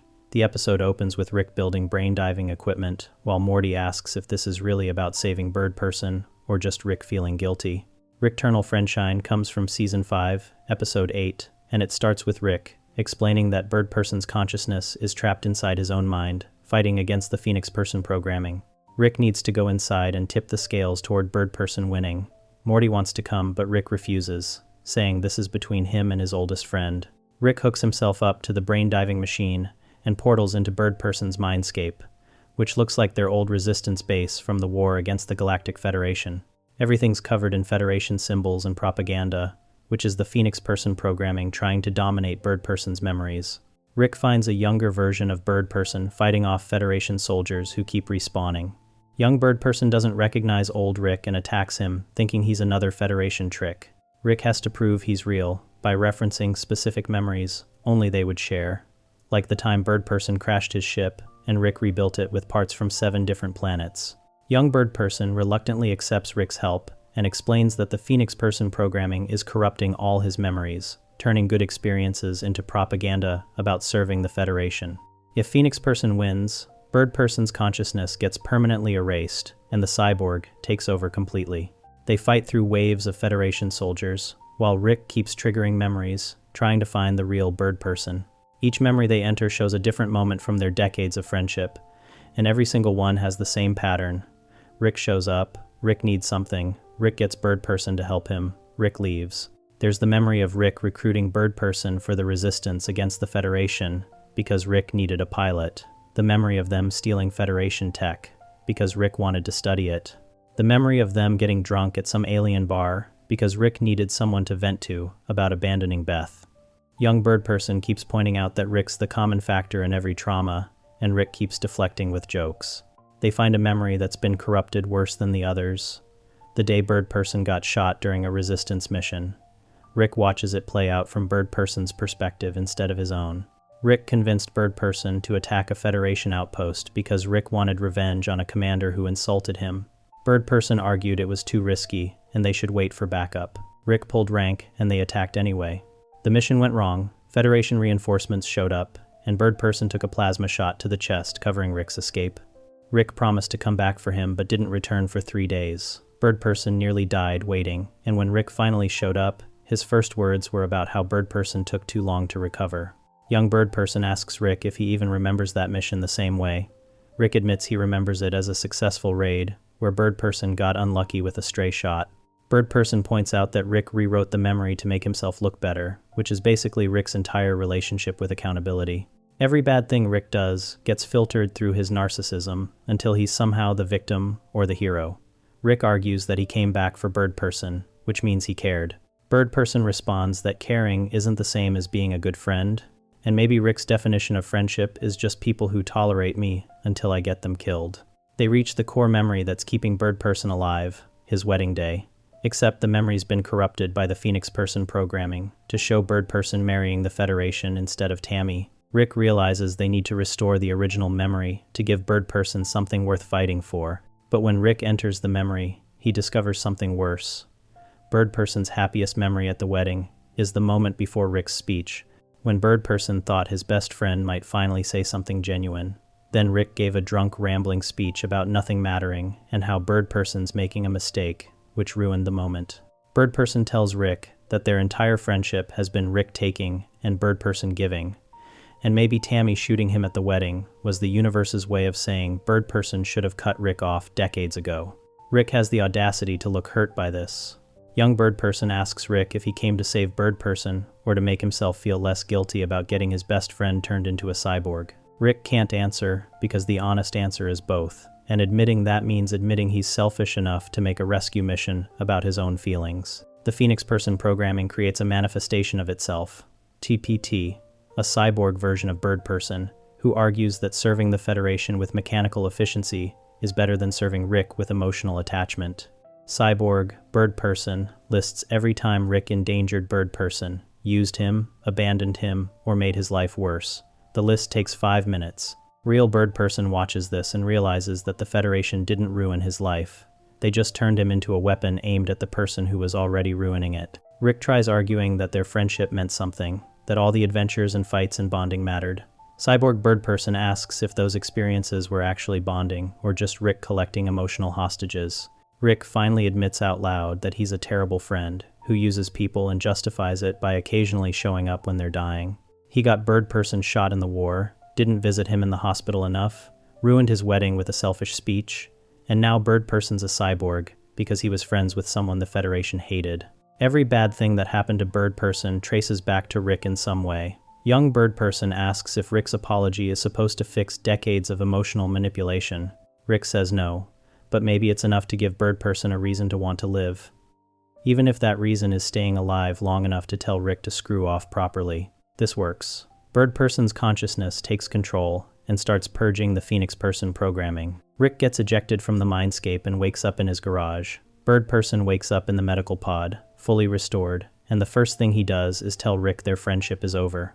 Rick tries to argue, but Bird Person explains that being saved doesn't erase the damage, and Rick proved inside the mindscape that he hasn't actually changed. Rick built a robot version of himself to handle family because he was too obsessed with revenge, and Rick couldn't be bothered to check on Bird Person for years after the wedding. The pattern is clear. Rick only shows up for people when he needs them, or when their absence makes him feel bad. Rick asks Bird Person what he's supposed to do now. Bird Person suggests Rick try respecting people's boundaries for once, and accepting that some relationships end because you destroyed them. Rick leaves looking actually hurt, which might be genuine growth, or might be Rick being upset that someone saw through his manipulation. Bird Person stays in the garage recovering while Rick goes back to avoiding his feelings through adventures. Ricklantis Friendshine of the Spotless Mort argues that saving someone doesn't absolve you of harming them first. Rick went into Bird Person's mind, expecting a rescue mission where he's the hero, and instead got confronted with decades of receipts, proving he's a toxic friend who uses people until they break. The episode shows how Rick's pattern of behavior, using friends, endangering them, abandoning them, then showing up dramatically when they're dying, creates a cycle where Rick gets to feel like a good person without actually being one. Bird Person's rejection of Rick after being saved is the healthiest thing anyone's done on this show. Sometimes the person who rescues you is the same person who put you in danger, and recognizing that pattern is more important than gratitude. Rick finally admits his bond with Morty is abusive, but instead of healing, he does what he always does next. Replaces love with something that can't talk back. And remember to subscribe for more content just like this. Forgetting Sarick, Mortshall is the episode where Rick literally replaces Morty with 2 crows after an argument. Morty teams up with another one of Rick's victims who immediately betrays him, and Rick admits their relationship was abusive before leaving with the crows, claiming he's changed. The episode opens with Morty cleaning up messes Rick left behind, planetary governments collapsing, monsters emerging, because Rick doesn't do transition plans. Coming from Season 5, Episode 9, Morty accidentally spills portal fluid and tries covering it up by adding Mountain Dew. Rick discovers this, and they fight. Morty calls Rick's bluff about being replaceable, screaming for Rick to just do it, and good luck finding someone who can be told 80,000 times how replaceable they are. Rick pulls out his Wheel of Better Things Than Morty, which Morty correctly identifies as macaroni art, spins it, and lands on 2 crows. Rick fires Morty on the spot. The wheel also includes options like Gene with donkey brains, half a Paul Giamatti, and sentient garbage, which really hammers home how little Rick values Morty. A guy stuck in Morty's hand with portal fluid on him tells Morty to break the cycle and change the things you can change. Morty tracks him down to a mental asylum. Nick explains Rick brought him to the Smith house one night after the bar closed. Nick messed around in the garage, spilled portal stuff, and Rick launched him to Australia with this weirdly primitive catapult in an airtight carbon chamber. That's also how they lost their cable guy, apparently. Nick's been institutionalized ever since. Guards beat him on Sundays and lick his face while he's tied down on Mondays. Plus, it's Meatloaf Day on Mondays, which Nick considers worse than the face licking. Morty breaks Nick out, believing they're both victims of Rick's abuse, who can help each other heal. They become the Portal Boys and trash Rick's garage together, destroying his inventions, including a can crusher Rick spent 3 weeks perfecting. Jerry helps them, getting turned into a puddle in the process. They steal an old portal gun, Nick calls it the equivalent of an iPhone 3, and go on their first adventure to get portal fluid from aliens Rick's been exploiting. The aliens immediately try to kill them for the portal fluid they don't have, and Nick starts shooting people. Morty realizes Nick's not a good guy. Nick reveals the truth. Maybe they both just drink at the same bar, and maybe one night Nick tried to take Rick's portal gun. Nick was never a victim. He tried robbing Rick and faced consequences. Now he's using Morty as his ticket to becoming a portal boy with access to infinite dimensions. When Morty refuses to partner with him, Nick tries to kill him, saying he can't have Morty connected to him if Morty's not on his side. This is Morty's rebound relationship being exactly as toxic as his relationship with Rick, just in different ways. Morty escaped one manipulative partner and immediately found another. Meanwhile, Rick trains the two crows. They don't follow orders, and Rick gets frustrated until crow cultists teach him crow philosophy. IP, be your crows. Train yourself. Crows are then trained. Rick has a revelation about empathy and partnership. When the crows get kidnapped, Rick goes to save them. They could kill him, but choose to forgive him instead, which shocks Rick. One crow responds by calling out Rick's relationship with Morty as toxic. The crows explicitly tell Rick that his toxic thing with Morty doesn't define them. Rick saves Morty from Nick, fixes his injuries, and Morty assumes everything's back to normal, asking if they're back. Rick and Morty together again, full reset. Rick responds that he thinks they're done. Morty thinks it's about the spilled portal fluid, but Rick explains it's because Morty was too afraid to tell him. What they had was abusive. Rick never made Morty a true partner. The crows made him see that. Rick thought they were a joke like Morty, but it turns out they're more enlightened than any of them. Rick leaves with the crows, giving Morty his portal gun and saying he'll always be Morty's grandpa, just kinda obsessed with crows now. Sad music plays while Rick walks away. Then Rick immediately starts pitching his new show. Oh shit, Rick and Two Crows, kicking off my new franchise. The galaxy is our telephone wire. We'll do 1,000 seasons, 14 episodes each, 9 seconds a pop, because that's the future of viewing. Shows on your shoes. Rick's instantly moved on to monetizing his new partnership, suggesting the change maybe wasn't that deep. The entire emotional goodbye was performative setup for Rick's next grift. Forgetting Sarick, Mortshall argues that recognizing abuse doesn't automatically fix you. Rick correctly identifies their relationship as toxic and admits he never made Morty a true partner. This is genuine growth, Rick acknowledging fault and setting a boundary.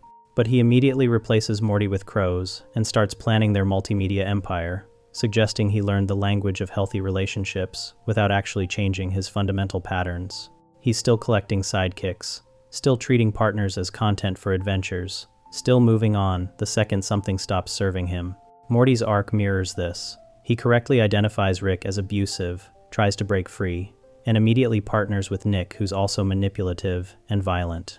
Morty can't escape toxic relationships because he doesn't know what healthy ones look like. The episode ends with Morty alone holding a portal gun, technically free, but completely unmoored. Rick gave him independence as a breakup gift, which is either genuine kindness or the ultimate power move. Rick gets to leave first, position himself as the mature one, and leave Morty scrambling. The subplot about Garbage Goober reveals he's actually a doctor named Harold, too afraid to admit he's doing the wrong job. Everyone in this episode recognizes their dysfunction, but only Rick actually leaves, and even his leaving is performative. The show's asking whether awareness of toxicity matters if nobody actually changes their behavior. Rick finally learns to call his abuse growth, but the next time we see him play God, he's enslaving an entire universe and calling it science. The Ricks Must Be Crazy is the episode where Rick's car battery dies and he has to go inside it to fix the problem. Except the battery contains an entire universe of sentient beings who worship Rick as their alien savior, while unknowingly generating power for his engine. And when one of them creates their own universe battery, Rick and that scientist spend the entire episode trying to murder each other over who gets to exploit sentient life for car power. The episode opens with Rick, Morty, and Summer leaving a movie theater in a dimension where the Ball Fondlers franchise exists, and apparently 11 9/11s happened, but they have the best ice cream in the multiverse. The Ricks Must Be Crazy comes from Season 2, Episode 6, starting with Rick trying to start his car and discovering the battery's dead. Morty asks if it's the quantum carburetor, and Rick loses it, explaining you can't just add a sci-fi word to a car word and hope it means something. The microverse battery is malfunctioning, and they need to go inside it. Summer asks what he means by inside, and Rick explains they're going inside the battery. He tells Summer to stay in the car and orders the ship to keep Summer safe, which immediately becomes a subplot about the ship committing escalating atrocities to protect her while she begs it to stop. Rick and Morty shrink down and enter the battery, which looks like an entire planet with cities and infrastructure. Morty's confused about how they're inside a battery when this looks like a whole civilization. Rick explains he put a spatially tessellated void inside a modified temporal field until a planet developed intelligent life, then introduced them to electricity, which they now generate on a global scale. Some of that power goes to Rick's engine and phone and stuff. Morty immediately calls this slavery. Rick argues it's society. They work for each other, pay each other, buy houses, get married, make children that replace them when they get too old to make power. Morty responds that just sounds like slavery with extra steps. Rick dismisses this with, "Ooh la la, someone's gonna get laid in college." The planet's news coverage shows Rick returning after giving them Google Box technology, devices that generate electricity when stomped on, powering their homes and businesses, while safely removing dangerous waste power to a disposal volcano. Rick makes Morty wear fake alien antennae because these people need to think they're aliens. Rick told them the middle finger means peace among worlds, and watches them all flip him off while cheering. The president greets Rick, but explains they've evolved beyond Google Boxes because their most brilliant scientist, Zeep Zanflorp, developed a new energy source. Rick immediately tenses up. Zeep's a younger scientist who dropped out of school because it's not a place for smart people, which Morty responds to with, "Oh, snap." Zeep shows Rick his invention, a miniverse containing an infinite universe with a planet generating massive amounts of power. Rick coughs dumb name under his breath. Zeep gets defensive, and Rick asks for a tour of the miniverse from the inside, claiming it's hard for them to comprehend. Zeep reluctantly agrees after the president reminds him that time moves slower in the miniverse relative to the real world. They shrink into Zeep's miniverse and find another civilization. Zeep explains he put an unbounded vacuum inside a temporal field until a world developed, then introduced them to electricity through flubal cranks. 80% of every crank's energy output gets channeled out of the miniverse to power Zeep's world, making Google Boxes obsolete. Rick suddenly becomes the moral authority, telling Zeep that what he's doing is unethical and not cool, because he's got people slaving away making his power. Zeep argues they work for each other in exchange for money, and Rick responds that just sounds like slavery with extra steps. Zeep fires back with "Eek Barba Durkle, somebody's gonna get laid in college," which is apparently his version of "ooh la la." Morty pulls Rick aside and calls out the hypocrisy. Rick has a revelation. Somewhere on this planet, there's got to be an arrogant scientist on the verge of microverse technology, which would threaten Zeep's flubal cranks, forcing Zeep to say microverses are bad, at which point he'll realize he's a hypocrite and his people will go back to Google Boxes. Rick's literally engineering Zeep's moral awakening to fix his car battery. They find that scientist, Kyle, who's working on a teenyverse with blubal yanks that will make flubal cranks obsolete. Zeep immediately argues this is wrong, that Kyle's talking about creating a planet of slaves. Kyle responds they'll work for each other and pay each other money. Zeep starts to say, that just sounds like slavery, with steps, before realizing Rick set him up. Zeep figures out Rick created his universe, that his entire existence is a microverse powering Rick's car. Rick corrects him, it's a microverse, not a miniverse. Kyle calls it a teenyverse. This triggers an existential breakdown where Zeep realizes he's Rick's battery, and Kyle realizes his father died in a universe created by a guy from a universe created by another guy. Rick and Zeep start fighting, screaming about who created who, while Morty tries explaining to Kyle that they're just a couple of crazy scientists, and science is kind of a rough ride that bucks pretty hard sometimes. The fight escalates across dimensions. Rick and Zeep end up stranded on a prehistoric version of the teenyverse planet, forced to hunt and craft weapons while insulting each other. Rick claims he made the stars that became the carbon in Zeep's mother's ovaries. Zeep screams he didn't ask to be born.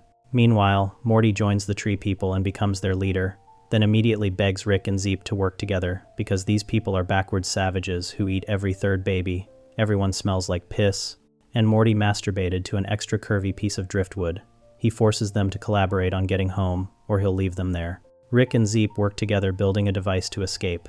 They actually bond over the technical work, with Rick calling Zeep an okay proto-recombinator, and Zeep saying he's seen worse ionic cell dioxination. When they finish, Zeep offers to buy drinks, and immediately tries going back to his ship alone to get his wallet, which Rick sees through, because the transporter's also in the ship. They race back through the dimensions, with Zeep trying to reach his ship first, so he can destroy the microverse and kill Rick. Rick barely beats him back and flips him off, saying Happy Rick's Giving, Blake, before leaving. Rick threatens to destroy the entire universe, but doesn't, because Zeep realizes Rick needs the battery functional. Zeep gives Rick the middle finger, peace among worlds, accepting his fate as a battery. Rick drives away, saying Morty was right about being honest with those guys, then immediately complains about flies in his ice cream because Summer brokered peace between humans and giant telepathic spiders, which ruined ice cream for everyone. The episode ends with Rick yelling at Summer for ruining ice cream with her boobs out. The Ricks Must Be Crazy argues that exploitation becomes invisible when you're far enough removed from it. Rick created an entire universe of sentient beings who worship him while unknowingly powering his car, which is objectively horrifying, but Rick doesn't see it as slavery because they have jobs and families and society. The fact that their entire civilization's purpose is generating electricity for Rick's phone doesn't register as evil to him because he gave them the technology to do it voluntarily. Zeep does the exact same thing, and Rick immediately calls it unethical because it threatens his power source. When Kyle creates another layer, even Zeep becomes the moral authority, condemning slavery while being a battery himself. The recursive nature of the universes creates a hierarchy where everyone's both exploiter and exploited. Rick exploits Zeep's universe, Zeep exploits Kyle's universe, and Kyle was about to exploit another universe before the cycle got interrupted. Each level genuinely believes they're just running a society while extracting most of the energy for the level above them. The episode's asking whether slavery with paychecks and mortgages is meaningfully different from slavery with chains, and whether distance from suffering makes you less responsible for causing it. Rick powers his car with an entire civilization's labor, and doesn't lose a second of sleep over it because he's not directly whipping anyone. He just created the conditions where they whip themselves to keep the lights on. After enslaving a universe just to keep his car running, Rick doesn't slow down next. He nearly wipes out an entire species over a single snake bite. Rattlestar Ricklactica is the episode where a snake bites Morty on a space adventure. Morty feels bad and sends it to Snake Planet in a tiny spacesuit. The snakes reverse engineer time travel from the spacesuit and start a snake time war, and Rick escalates the entire conflict to near extinction levels because he's annoyed that snake time cops keep showing up in his house. The episode opens with Rick and Morty returning from an adventure on a desert planet where Morty immediately gets bitten by a space snake, which Rick identifies as highly dangerous and capable of killing Morty in minutes. Rattlestar Ricklactica comes from Season 4, Episode 5, starting with Rick curing Morty's snakebite using future medicine that makes Morty hallucinate his bones, leaving his body. Morty feels guilty about the snake dying alone on a hostile planet, and convinces Rick to let him put the snake in a tiny spacesuit and send it to a planet with an atmosphere it can breathe. Rick explicitly tells Morty this is a terrible idea and the snake will just die slower, but Morty insists it's the right thing to do. They launch the snake to a planet that turns out to be entirely populated by intelligent snakes, who have their own civilization, technology, and NASA equivalent. The snakes find the tiny spacesuit and reverse engineer interdimensional travel from it, which immediately causes them to invent time travel because apparently snakes are really good at physics once you give them one example of advanced technology. Snake scientists start traveling through time, which creates branching timelines and alternate realities. The snakes develop time police to regulate temporal violations, and those time police keep showing up in Rick's house trying to prevent various snake-related temporal incursions. Rick's annoyed because he's trying to watch TV, and snake cops keep portaling into his living room, chasing other snakes through time. Rick decides to solve this problem the Rick way, by going to Snake Planet and giving them technology that's even more advanced than time travel, specifically designed to make their time war worse.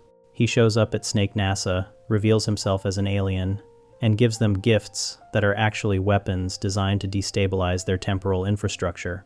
The snakes worship Rick as a benevolent alien visitor while he's actively sabotaging their entire civilization. Morty points out this seems cruel and disproportionate for the crime of snake cops being annoying. Rick explains that's exactly why it's the correct response. You can't let snake time police think they can just show up in your house without consequences. The snake time war escalates dramatically. Snake Terminator robots start appearing from the future, trying to kill important historical snakes. Snake resistance fighters travel back in time to protect those snakes.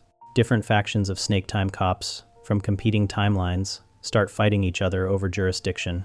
Rick keeps making it worse by introducing new temporal paradoxes and weaponry specifically designed to confuse snake time travelers. At one point, a snake cop appears in the Smith house, sees what Rick's done to the timeline, and commits suicide, rather than continue existing in a reality Rick has corrupted. The snake literally shoots itself in the head after realizing the scope of Rick's sabotage. Morty has a breakdown about the snake cop's suicide.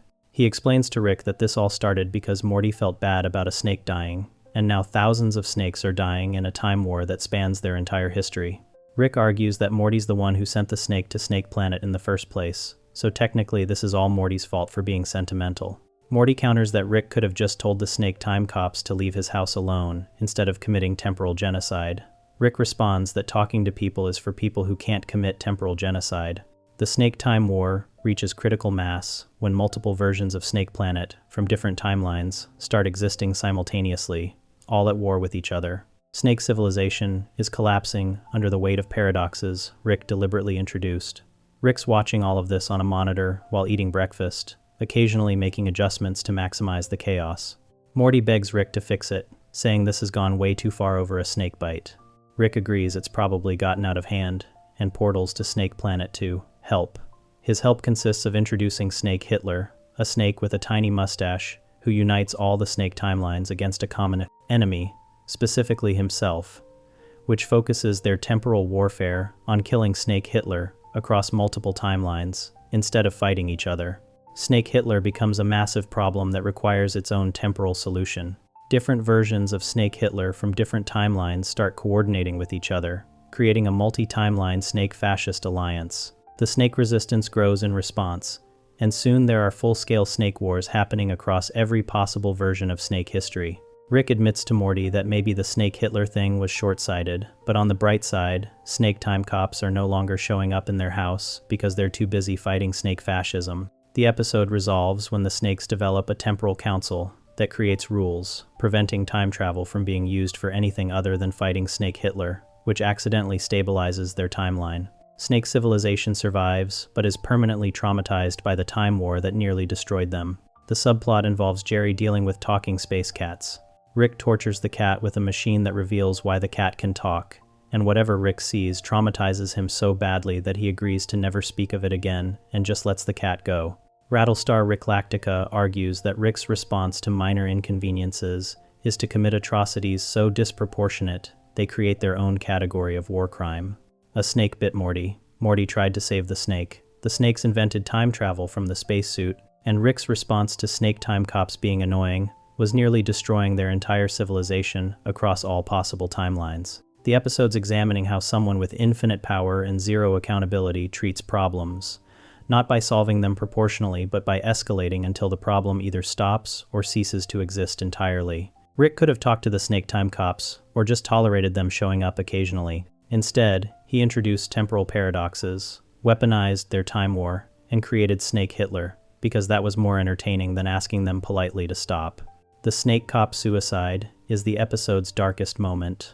A law enforcement officer from an advanced civilization looks at what Rick's done to their timeline, realizes the scope of damage is irreparable, and chooses death over continuing to exist in a reality Rick has corrupted.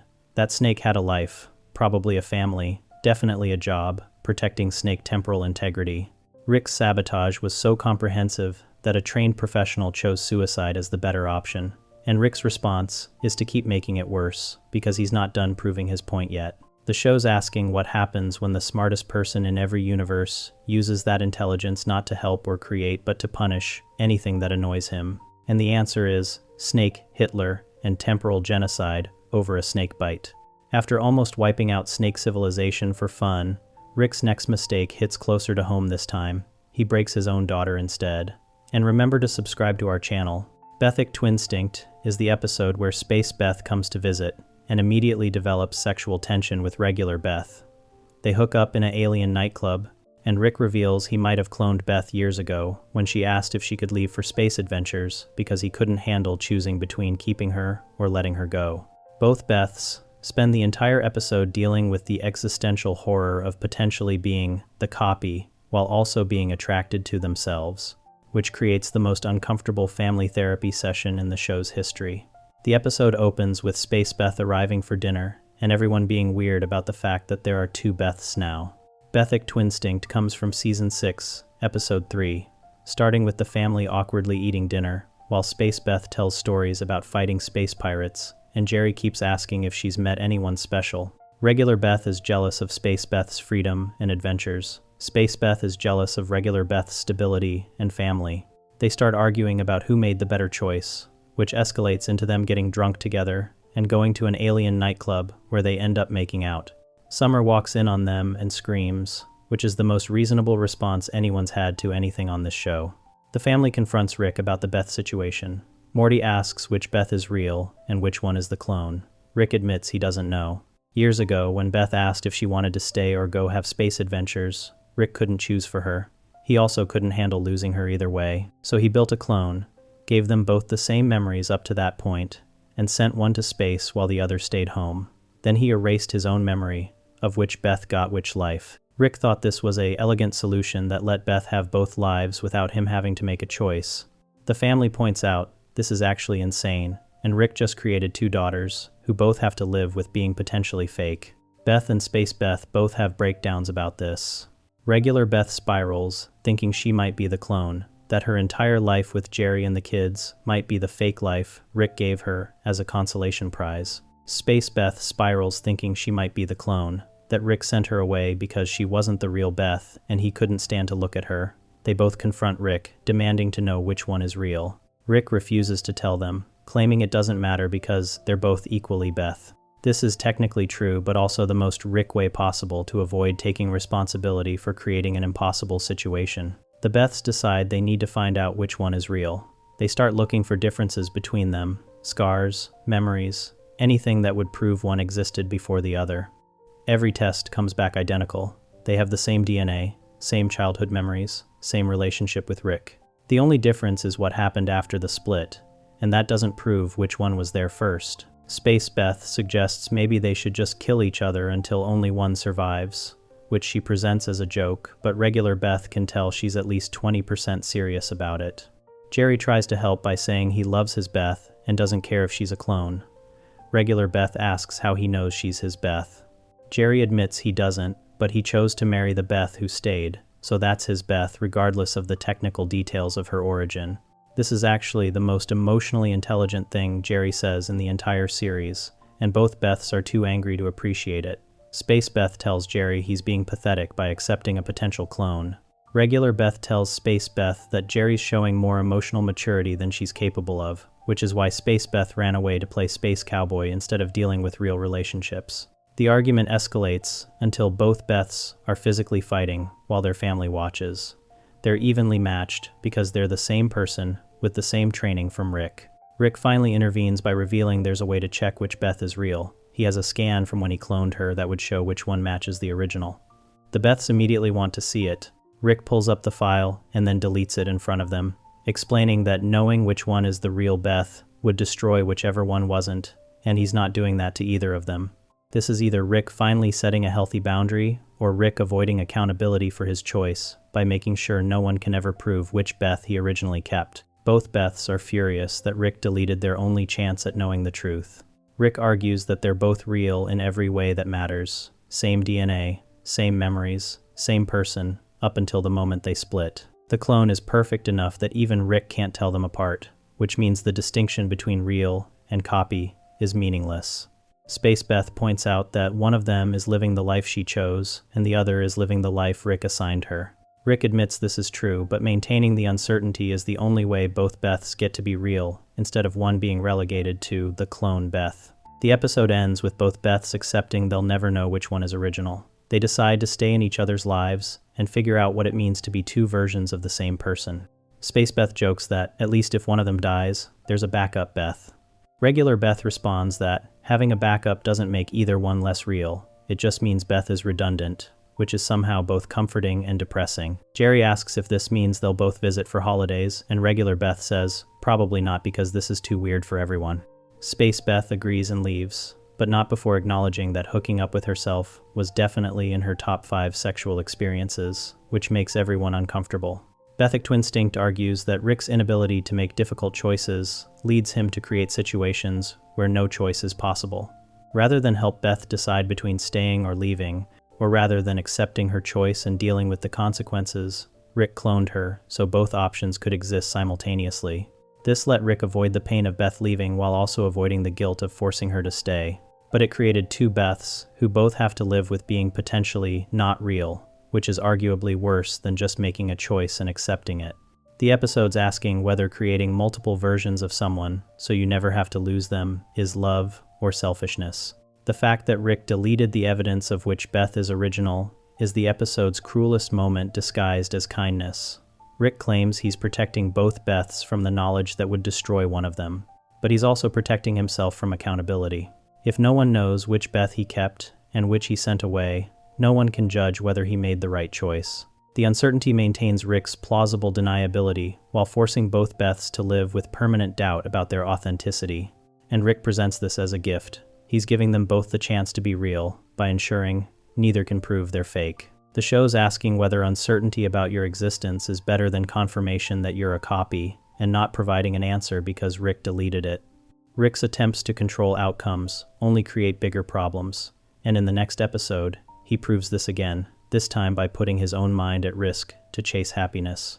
Big Trouble in Little Sanchez is the episode where Rick transfers his consciousness into a teenage clone body to go undercover at the kid's high school, becomes incredibly popular and happy as Tiny Rick, then starts subconsciously crying for help through his lyrics and behavior, because part of him realizes he's dying, but doesn't want to go back to being old, miserable Rick. The episode opens with Rick explaining he needs to hunt a vampire student at the high school, and the best way to do that is by becoming a teenager and blending in with the popular kids. Big Trouble in Little Sanchez comes from Season 2, Episode 7, starting with Rick showing the family his teenage clone body growing in a vat. He explains he's going to transfer his consciousness into the clone, attend high school with Summer and Morty, and track down the vampire. Beth's concerned about the risks of consciousness transfer.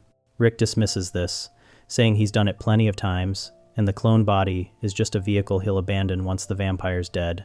Rick transfers into the teenage body and immediately becomes Tiny Rick, same personality, same intelligence, but with the energy and optimism of a teenager. Tiny Rick shows up at school and is instantly beloved by everyone. He's confident, funny, spontaneous, everything high school students think is cool. He befriends the popular kids within hours. Summer's mortified that her grandfather is more popular than her, and Morty's confused why Rick's acting so different. Tiny Rick explains he's just in a body that produces different hormones and neurochemicals. Teenage brain chemistry makes everything seem less hopeless, which for Rick means he can actually enjoy things without crippling depression getting in the way. The vampire subplot involves Coach Ferratu, a teacher who's clearly a vampire based on his name alone. Tiny Rick becomes suspicious and starts investigating. But he's also genuinely enjoying being a teenager, going to parties, making friends, being popular. Summer notices Tiny Rick seems happier than she's ever seen Rick, and she mentions this to Morty. Morty points out this is probably because teenage Rick doesn't have 70 years of trauma and mistakes weighing him down. Every bad thing Rick's ever done, everyone he's lost, all the knowledge that nothing matters. Teenage Rick's brain chemistry is literally preventing him from caring about any of it. At home, Beth and Jerry are dealing with their own subplot about sending Beth's parents to an alien nursing home. Beth's worried about abandoning her parents, but can't handle taking care of them. This mirrors the main plot about Rick abandoning his old body and not wanting to go back to it. The alien nursing home promises perfect care and happiness, which seems too good to be true, because it definitely is. Beth and Jerry discover the facility is actually killing elderly aliens and using their bodies for composting, but the elderly aliens are so happy about it that Beth and Jerry can't figure out if this is murder or assisted suicide with extra steps. Back at school, Tiny Rick is thriving. He's writing lyrics and performing at school events. Summer starts noticing the lyrics are really dark, despite Tiny Rick's upbeat delivery. He's singing about being trapped, needing help, wanting to die. Summer realizes these aren't just edgy teenage lyrics. They're cries for help from old Rick's consciousness, which is still alive in the vat and slowly dying. The teenage brain is so optimized for happiness that it's suppressing old Rick's awareness of the situation, but the subconscious mind knows something's wrong and is desperately trying to communicate through the only outlet it has. Summer and Morty confront Tiny Rick about returning to his old body. Tiny Rick refuses, insisting he's fine and there's no problem. He genuinely believes this because the teenage neurochemistry is preventing him from recognizing the danger he's in. Summer plays back recordings of his lyrics, showing him the pattern of distress signals. Tiny Rick listens and admits those are pretty concerning lyrics, but he still doesn't want to go back. He tells Summer and Morty that being old Rick is miserable. Constant pain, depression, awareness that nothing matters and everyone dies. Being Tiny Rick means actually enjoying life for the first time in decades. Summer argues that Tiny Rick isn't sustainable. The old body is dying, and if they don't transfer Rick back soon, both versions will die. Tiny Rick responds that maybe that's okay. Maybe dying while happy is better than living while miserable. This is the darkest moment in the episode, Rick admitting through his teenage clone that he'd rather die happy than continue existing as himself. Morty's horrified and tells Tiny Rick this is literally suicidal ideation, which Tiny Rick denies because he's too happy to recognize it as such. The kids realize they need to force Rick back into his old body against his will. They can't reason with Tiny Rick because the teenage brain chemistry has essentially drugged him into contentment. Summer comes up with a plan. They'll make Tiny Rick so unpopular at school that the teenage ego can't handle it, which will destabilize his emotional state enough that old Rick's consciousness can break through. They start spreading rumors, sabotaging his social standing, turning his friends against him. Tiny Rick watches his popularity crumble and starts having a breakdown. During the breakdown, old Rick's consciousness surfaces. He's furious at the kids for ruining Tiny Rick's happiness, but also grateful they're forcing him to face reality. Old Rick admits he knew the transfer was dangerous, and he was basically committing slow suicide by staying in the teenage body. He just didn't care because being Tiny Rick felt better than being himself. The kids forcibly transfer Rick back into his old body, which is barely alive after being in the vat for weeks. Rick recovers and immediately returns to his baseline misery, making sarcastic comments about how the kids just saved him from happiness. The vampire subplot resolves with Rick and the kids killing Coach Ferratu, who was indeed a vampire and was turning students. This happens almost as an afterthought because the real story was always about Rick's suicidal ideation disguised as a vampire hunt. Rick admits to Summer that he designed the teenage clone knowing it would be hard to leave, and he went into the mission hoping he might just stay in that body forever. Summer asks if Rick actually wanted to die. Rick says he wanted to stop being Rick, which is basically the same thing. Big Trouble in Little Sanchez argues that Rick's depression and nihilism are so fundamental to his personality that removing them makes him a different person. Tiny Rick wasn't just younger Rick. He was Rick without the burden of being Rick. The teenage neurochemistry prevented him from accessing the trauma, mistakes, and existential dread that define old Rick's consciousness. This made him happy and functional, but it also made him unrecognizable. The episode's asking whether someone's identity is defined more by their experiences and resulting damage, or by some core self that exists independent of those things. Rick without depression isn't really Rick, which means Rick's misery is load-bearing. The subconscious cries for help through lyrics represent the one part of Rick that actually wants to survive. Teenage Rick's consciousness was too medicated by youth hormones to recognize danger, but old Rick's dying consciousness was screaming for help through the only channel it could access. The fact that Tiny Rick performed these desperate pleas for rescue as upbeat pop songs is the perfect metaphor for how Rick disguises his suffering. He'll literally be dying and still make it entertaining enough that people don't take it seriously. Summer and Morty had to decode the cries for help because Rick couldn't directly ask to be saved, even from himself. Rick's attempts to escape his own misery lead to teenage chaos, and next, his obsession with perfection creates a battlefield where nobody knows who is real. And hey, before get into the next moment, subscribe to our channel. Mortplicity is the episode where Rick reveals he's been making decoy Smith families to protect the real family from assassins, except the decoys started making their own decoys without telling Rick, and those decoys made more decoys, and now there are hundreds of Smith families murdering each other across the country because each one thinks they're real and all the others are fake.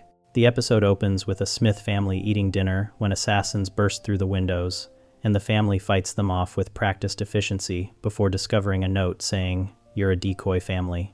Mortplicity comes from Season 5, Episode 2, starting with this first family's confusion about being called a decoy. Rick explains he made decoy families to draw fire from assassins, but insists this family is the real one. Morty asks how they can be sure, and Rick responds that he just knows, which doesn't satisfy anyone. They decide to track down whoever sent the assassins. Meanwhile, another Smith family in a different location receives the same message and reacts with horror.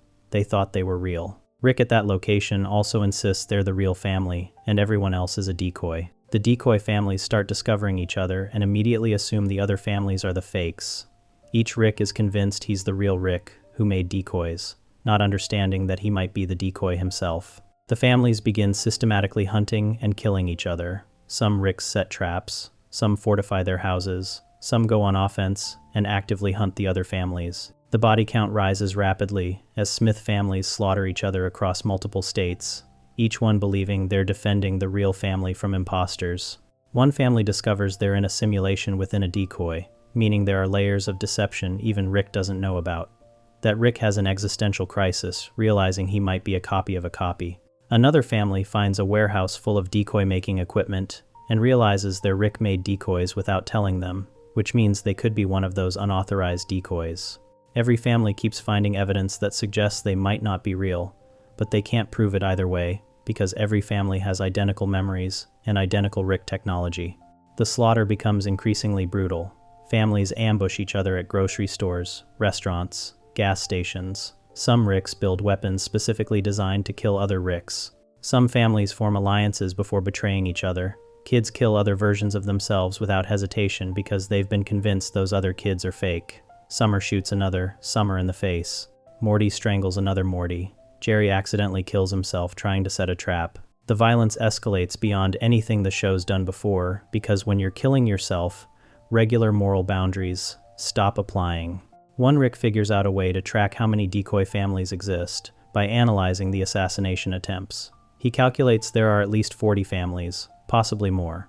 This Rick's Morty asks how they know they're not one of the 40 decoys. Rick admits they probably are, which destroys Morty. The entire family has a breakdown, realizing they're most likely fake, and everyone they've killed was just as real as them. Rick tries explaining that being a perfect copy makes them effectively real, but Morty's not buying it. If there's one original family, everyone else is just copies, and copies can be replaced. Multiple families converge on the same location after tracking each other. A massive battle breaks out with over a dozen Smith families fighting in a warehouse.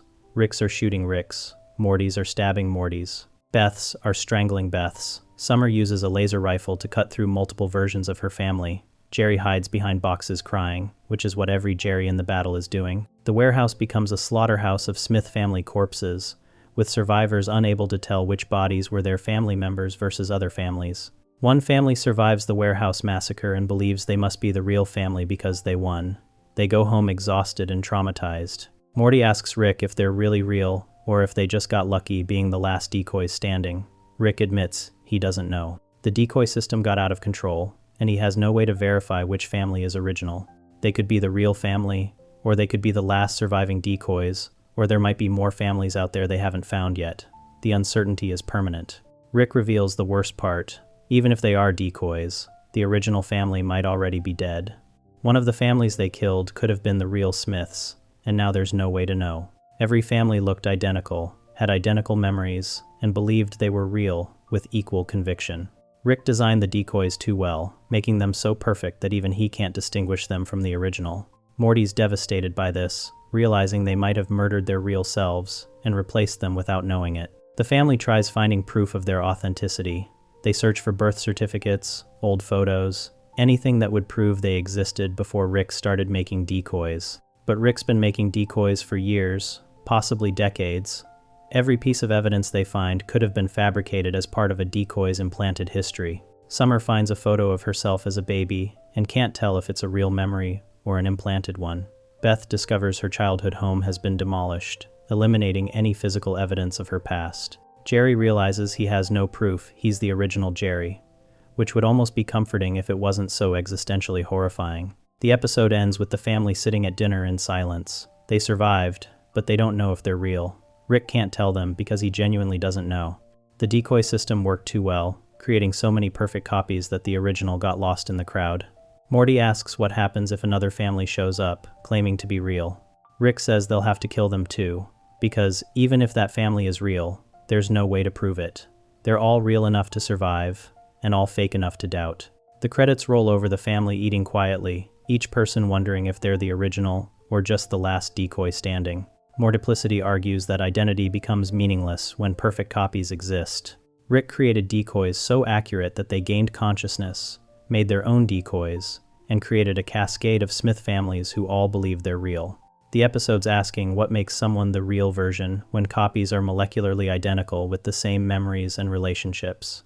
If you can't tell the difference between original and copy, does the distinction matter? The Smith family at the end survived, but survival doesn't prove authenticity. They could be the original family or the last remaining fakes, and the uncertainty is permanent because Rick destroyed his own ability to verify truth. The mass slaughter of Smith families is the show's darkest visualization of self-destruction. Every family killed is both murdering strangers and committing suicide, because they're killing exact copies of themselves. The moral weight of killing another Morty is unclear when that Morty is identical to you in every way except being declared fake by your Rick. And every Rick is making that declaration while potentially being a decoy himself, creating a situation where hundreds of families murder each other over an unfalsifiable claim to authenticity that might not even matter. The chaos of countless decoy families spiraling into murder sets the stage for Rick taking control at an even deeper level, erasing memories to rewrite reality itself. Morty's Mindblowers is the episode where Morty discovers Rick keeps an entire storage room full of memories, Rick surgically removed from Morty's brain, each one cataloged and filed away like trophies. And when Morty watches them, he realizes Rick's been erasing his mind dozens of times over the years, whenever it was more convenient than dealing with consequences. The episode opens with Rick and Morty arguing about something that happened on an adventure, which leads to Rick admitting he removed memories from Morty's head and offering to show him the archive. Morty's Mindblowers comes from Season 3, Episode 8, starting with Rick taking Morty to a secret room filled with glowing vials, each one containing a memory Rick extracted from Morty's consciousness. Rick explains he removes memories that are too traumatic, too annoying, or too inconvenient for Morty to keep. Morty's horrified, asking how many times Rick's done this. Rick gestures to hundreds of vials. Summer finds them and insists on watching the memories together as a family activity. The first memory shows Morty seeing a homeless man dissolve in acid at a warehouse. When Morty got traumatized by watching someone die, Rick just erased the memory instead of helping Morty process it. Morty's angry that Rick took away his chance to deal with trauma properly. Rick argues that Morty was having nightmares, and erasing the memory fixed the problem. Another memory shows Morty asking Rick about a sci-fi term, and Rick got so annoyed that he just erased Morty's memory of asking rather than explaining. Rick doesn't just erase trauma, he erases any conversation that inconveniences him. One memory shows Rick introducing Morty to an alien species called Zagarians. Morty offended them by mispronouncing their name, and they threatened to destroy Earth. Rick fixed the situation, but erased Morty's memory of it happening, meaning Morty never got to learn from the mistake. Rick's been preventing Morty from learning and growing by deleting any experience that might change Morty's behavior. A particularly dark memory shows Morty discovering squirrels are organizing to take over society. Rick knew if humanity found out, the squirrels would accelerate their plans and conquer Earth immediately. Rick's solution was to permanently relocate the entire family to a new dimension where Morty never learned about squirrels. Rick erased an entire timeline because Morty saw something inconvenient. Multiple memories show Rick erasing moments where Morty questioned Rick's authority or called him out for being wrong. Any time Morty had a valid criticism of Rick's behavior, Rick deleted it from Morty's brain. This means every argument Morty's ever won against Rick has been erased. Rick's been curating Morty's perception of their relationship by literally editing out any evidence of Rick being fallible. One memory shows Morty killing a sentient crystal being who was trying to communicate peacefully. Rick told Morty to shoot first, and they later discovered the alien was trying to warn them about a danger that killed 3 other people. Rick erased Morty's memory of the murder and subsequent deaths, meaning Morty's killed someone and doesn't even know it. Rick removed Morty's guilt, but also removed Morty's agency over his own moral development. Another memory reveals Morty once discovered Rick's original Beth died, and the Beth they live with is from a different dimension. Rick erased it because he didn't want to deal with Morty knowing the truth. Rick's been hiding fundamental facts about their reality from Morty by surgically removing any time Morty learns something Rick once kept secret. This is gaslighting at a neurological level. Summer discovers one of her own memories in the archive. Rick erased her memory of seeing him do something embarrassing rather than admit to being vulnerable. Rick's been erasing the whole family's memories, not just Morty's. Beth finds this hilarious rather than horrifying, which says something about how normalized Rick's behavior has become. The memory watching session devolves as the family discovers everyone's been using Rick's memory erasure technology to edit each other's perception of their relationships. Morty has a complete breakdown, realizing how many times his mind's been violated. He doesn't know which memories are real and which are just the ones Rick allowed him to keep. His entire personality might be a curated version Rick, designed by selectively removing anything that would change Morty into someone Rick didn't want him to be. Morty asks Rick how he's supposed to trust any of his memories. Rick says, that's not his problem, because Morty won't remember this conversation anyway. The family starts fighting over whose memory crimes are worse. The argument escalates until someone accidentally smashes all the memory vials, and the memories flood back into everyone's heads simultaneously. Everyone starts using the memory eraser on each other, deleting memories of the fight, memories of finding the archive, memories of anything they don't want the others to know. Eventually, they erase so much that they forget why they're fighting. They end up sitting at dinner having a normal conversation with no idea that 20 minutes ago they were all traumatized by discovering Rick's brain violation archive. The final scene reveals this exact scenario has happened before. There are multiple vials labeled "Memory of Finding the Memory Archive," suggesting this cycle has repeated numerous times. Every time the family discovers Rick's been erasing their memories, they end up erasing the memory of discovering it, which ensures Rick can keep doing it forever. The system is self-sustaining. Morty's Mindblowers argues that Rick doesn't just manipulate Morty through adventures and gaslighting, he literally rewrites Morty's consciousness to maintain control. Every time Morty learns something that would change their dynamic, Rick deletes it. Every time Morty experiences trauma that might make him stop adventuring, Rick removes it. Rick's been editing Morty into the perfect sidekick by surgically removing anything that would make Morty question their relationship or develop independence. This is abuse at the most fundamental level possible. Rick's deleting Morty's ability to remember being lied to. The reveal that the family keeps finding and forgetting the archive is the episode's darkest implication. This cycle of discovery and erasure has happened enough times that Rick has a specific vial for it. The family has been traumatized by this revelation repeatedly, and each time they erase the trauma along with the knowledge, trapping them in a loop of discovering and forgetting Rick's violations. They can never escape because escaping would require remembering, and remembering is what they erase. Rick's created a perfect system where the family's own defense mechanism against trauma ensures they'll never stop him. As Rick manipulates Morty's memories to control him, he sets the stage for a far more visceral lesson in morality, where Morty gets to discover just how easily he can become a monster. Look Who's Purging. Now is the episode where Rick and Morty land on a planet during their annual purge, get attacked by locals, trying to murder them, and respond by going on a revenge-fueled killing spree that leaves hundreds dead, and Morty psychologically changed into someone who genuinely enjoys mass violence. The episode opens with Rick needing to stop at a random planet to get wiper fluid for the spaceship, which is the most mundane reason possible to accidentally commit genocide. Look Who's Purging now comes from Season 2, Episode 9, starting with Rick and Morty arriving on a seemingly peaceful, agrarian planet. The locals are friendly and welcoming, offering them food and showing them around the village. An old woman mentions, today is the festival, their most important holiday.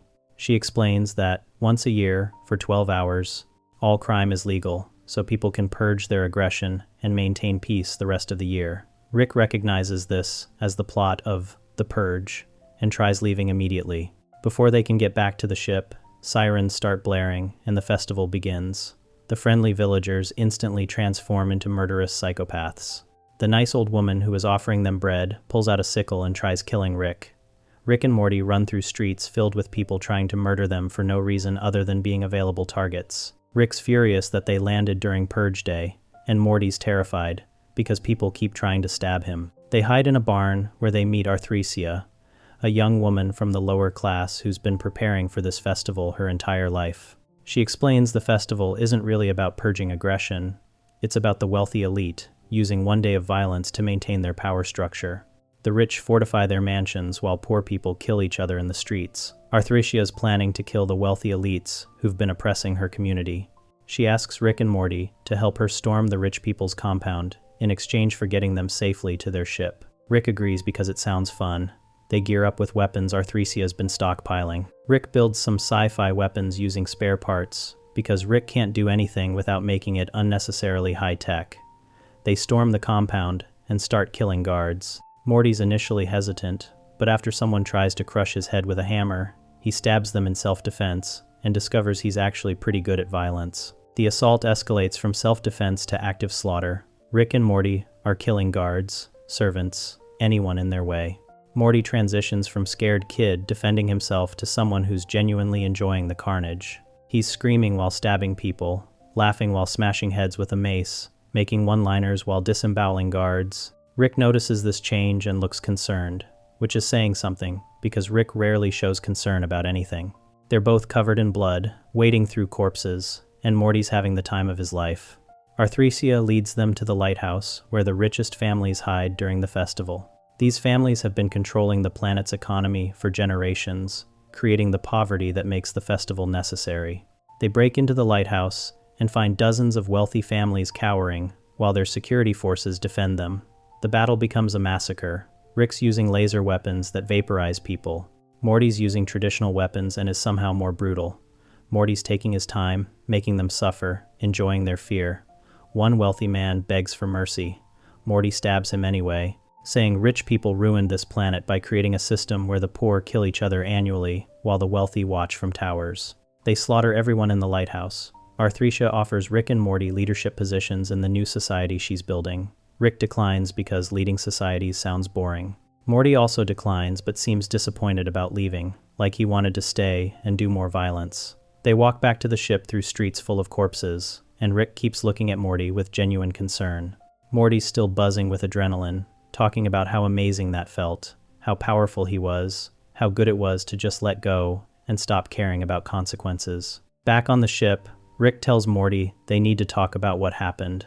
Morty insists he's fine and just did what he had to do to survive. Rick points out Morty stopped doing things for survival about 40 deaths ago and started doing them for fun. Morty gets defensive, arguing Rick's the one who always says nothing matters and rules are arbitrary. Rick responds that nihilism as philosophy is different from nihilism as justification for enjoying murder. There's a difference between not caring about cosmic meaning and actively delighting in causing suffering. Morty breaks down and admits he liked it. He liked feeling powerful and not being afraid, and making other people afraid instead. He liked not having to worry about morality or consequences or being a good person. For a few hours, he got to be the monster instead of the victim, and it felt better than anything he's ever experienced. Rick tells Morty that's exactly why they need to be careful. The capacity for violence and cruelty exists in everyone, but indulging it changes you into someone who needs it. Morty argues Rick indulges it constantly. Rick says that's why Rick's miserable and Morty shouldn't want to be like him. Morty asks if what happened makes him a bad person. Rick says it makes him a person, and people are capable of horrifying things when given permission and opportunity. The festival worked because it gave people official permission to be monsters for 12 hours. And everyone took that permission because everyone has darkness in them, waiting for an excuse. Morty participated in a system designed to let people's worst impulses run free, and he discovered his worst impulses are really bad. Rick tells Morty the important thing is recognizing that and not seeking out opportunities to indulge it again. The episode ends with Morty having nightmares about the people he killed. He wakes up screaming and Rick's in his room, saying nightmares are good because they mean Morty's processing what happened instead of compartmentalizing it. Morty asks if Rick has nightmares about all the people he's killed. Rick says he used to, but then he stopped having them, and that's when he knew he was broken. The episode's final shot is Morty looking at his hands, still seeing blood even though they're clean. Look who's purging. Now argues that civilization is a thin veneer over human capacity for violence. The planet created an outlet for violence, thinking it would prevent violence the rest of the year, but actually, it just normalized violence and ensured the power structure stayed intact through ritualized slaughter. Morty, discovering he's good at violence and enjoys it, is the show's darkest examination of nature versus nurture. Was Morty always capable of this? Or did Rick's influence and constant exposure to death make him this way? The episode doesn't answer because both options are equally disturbing. Rick's concern about Morty enjoying the killing is the closest Rick gets to genuine parenting in the series. Rick recognized himself in Morty during that massacre. The same love of chaos, the same capacity for cruelty, the same ability to justify atrocity through nihilism. Rick spent the series turning Morty into someone more like himself, and this is the first time he's horrified by succeeding. Morty became the kind of person who can kill hundreds and feel powerful instead of guilty, and Rick realized he created that.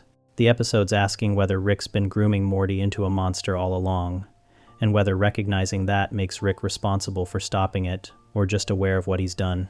If you want more videos like these, subscribe to our channel.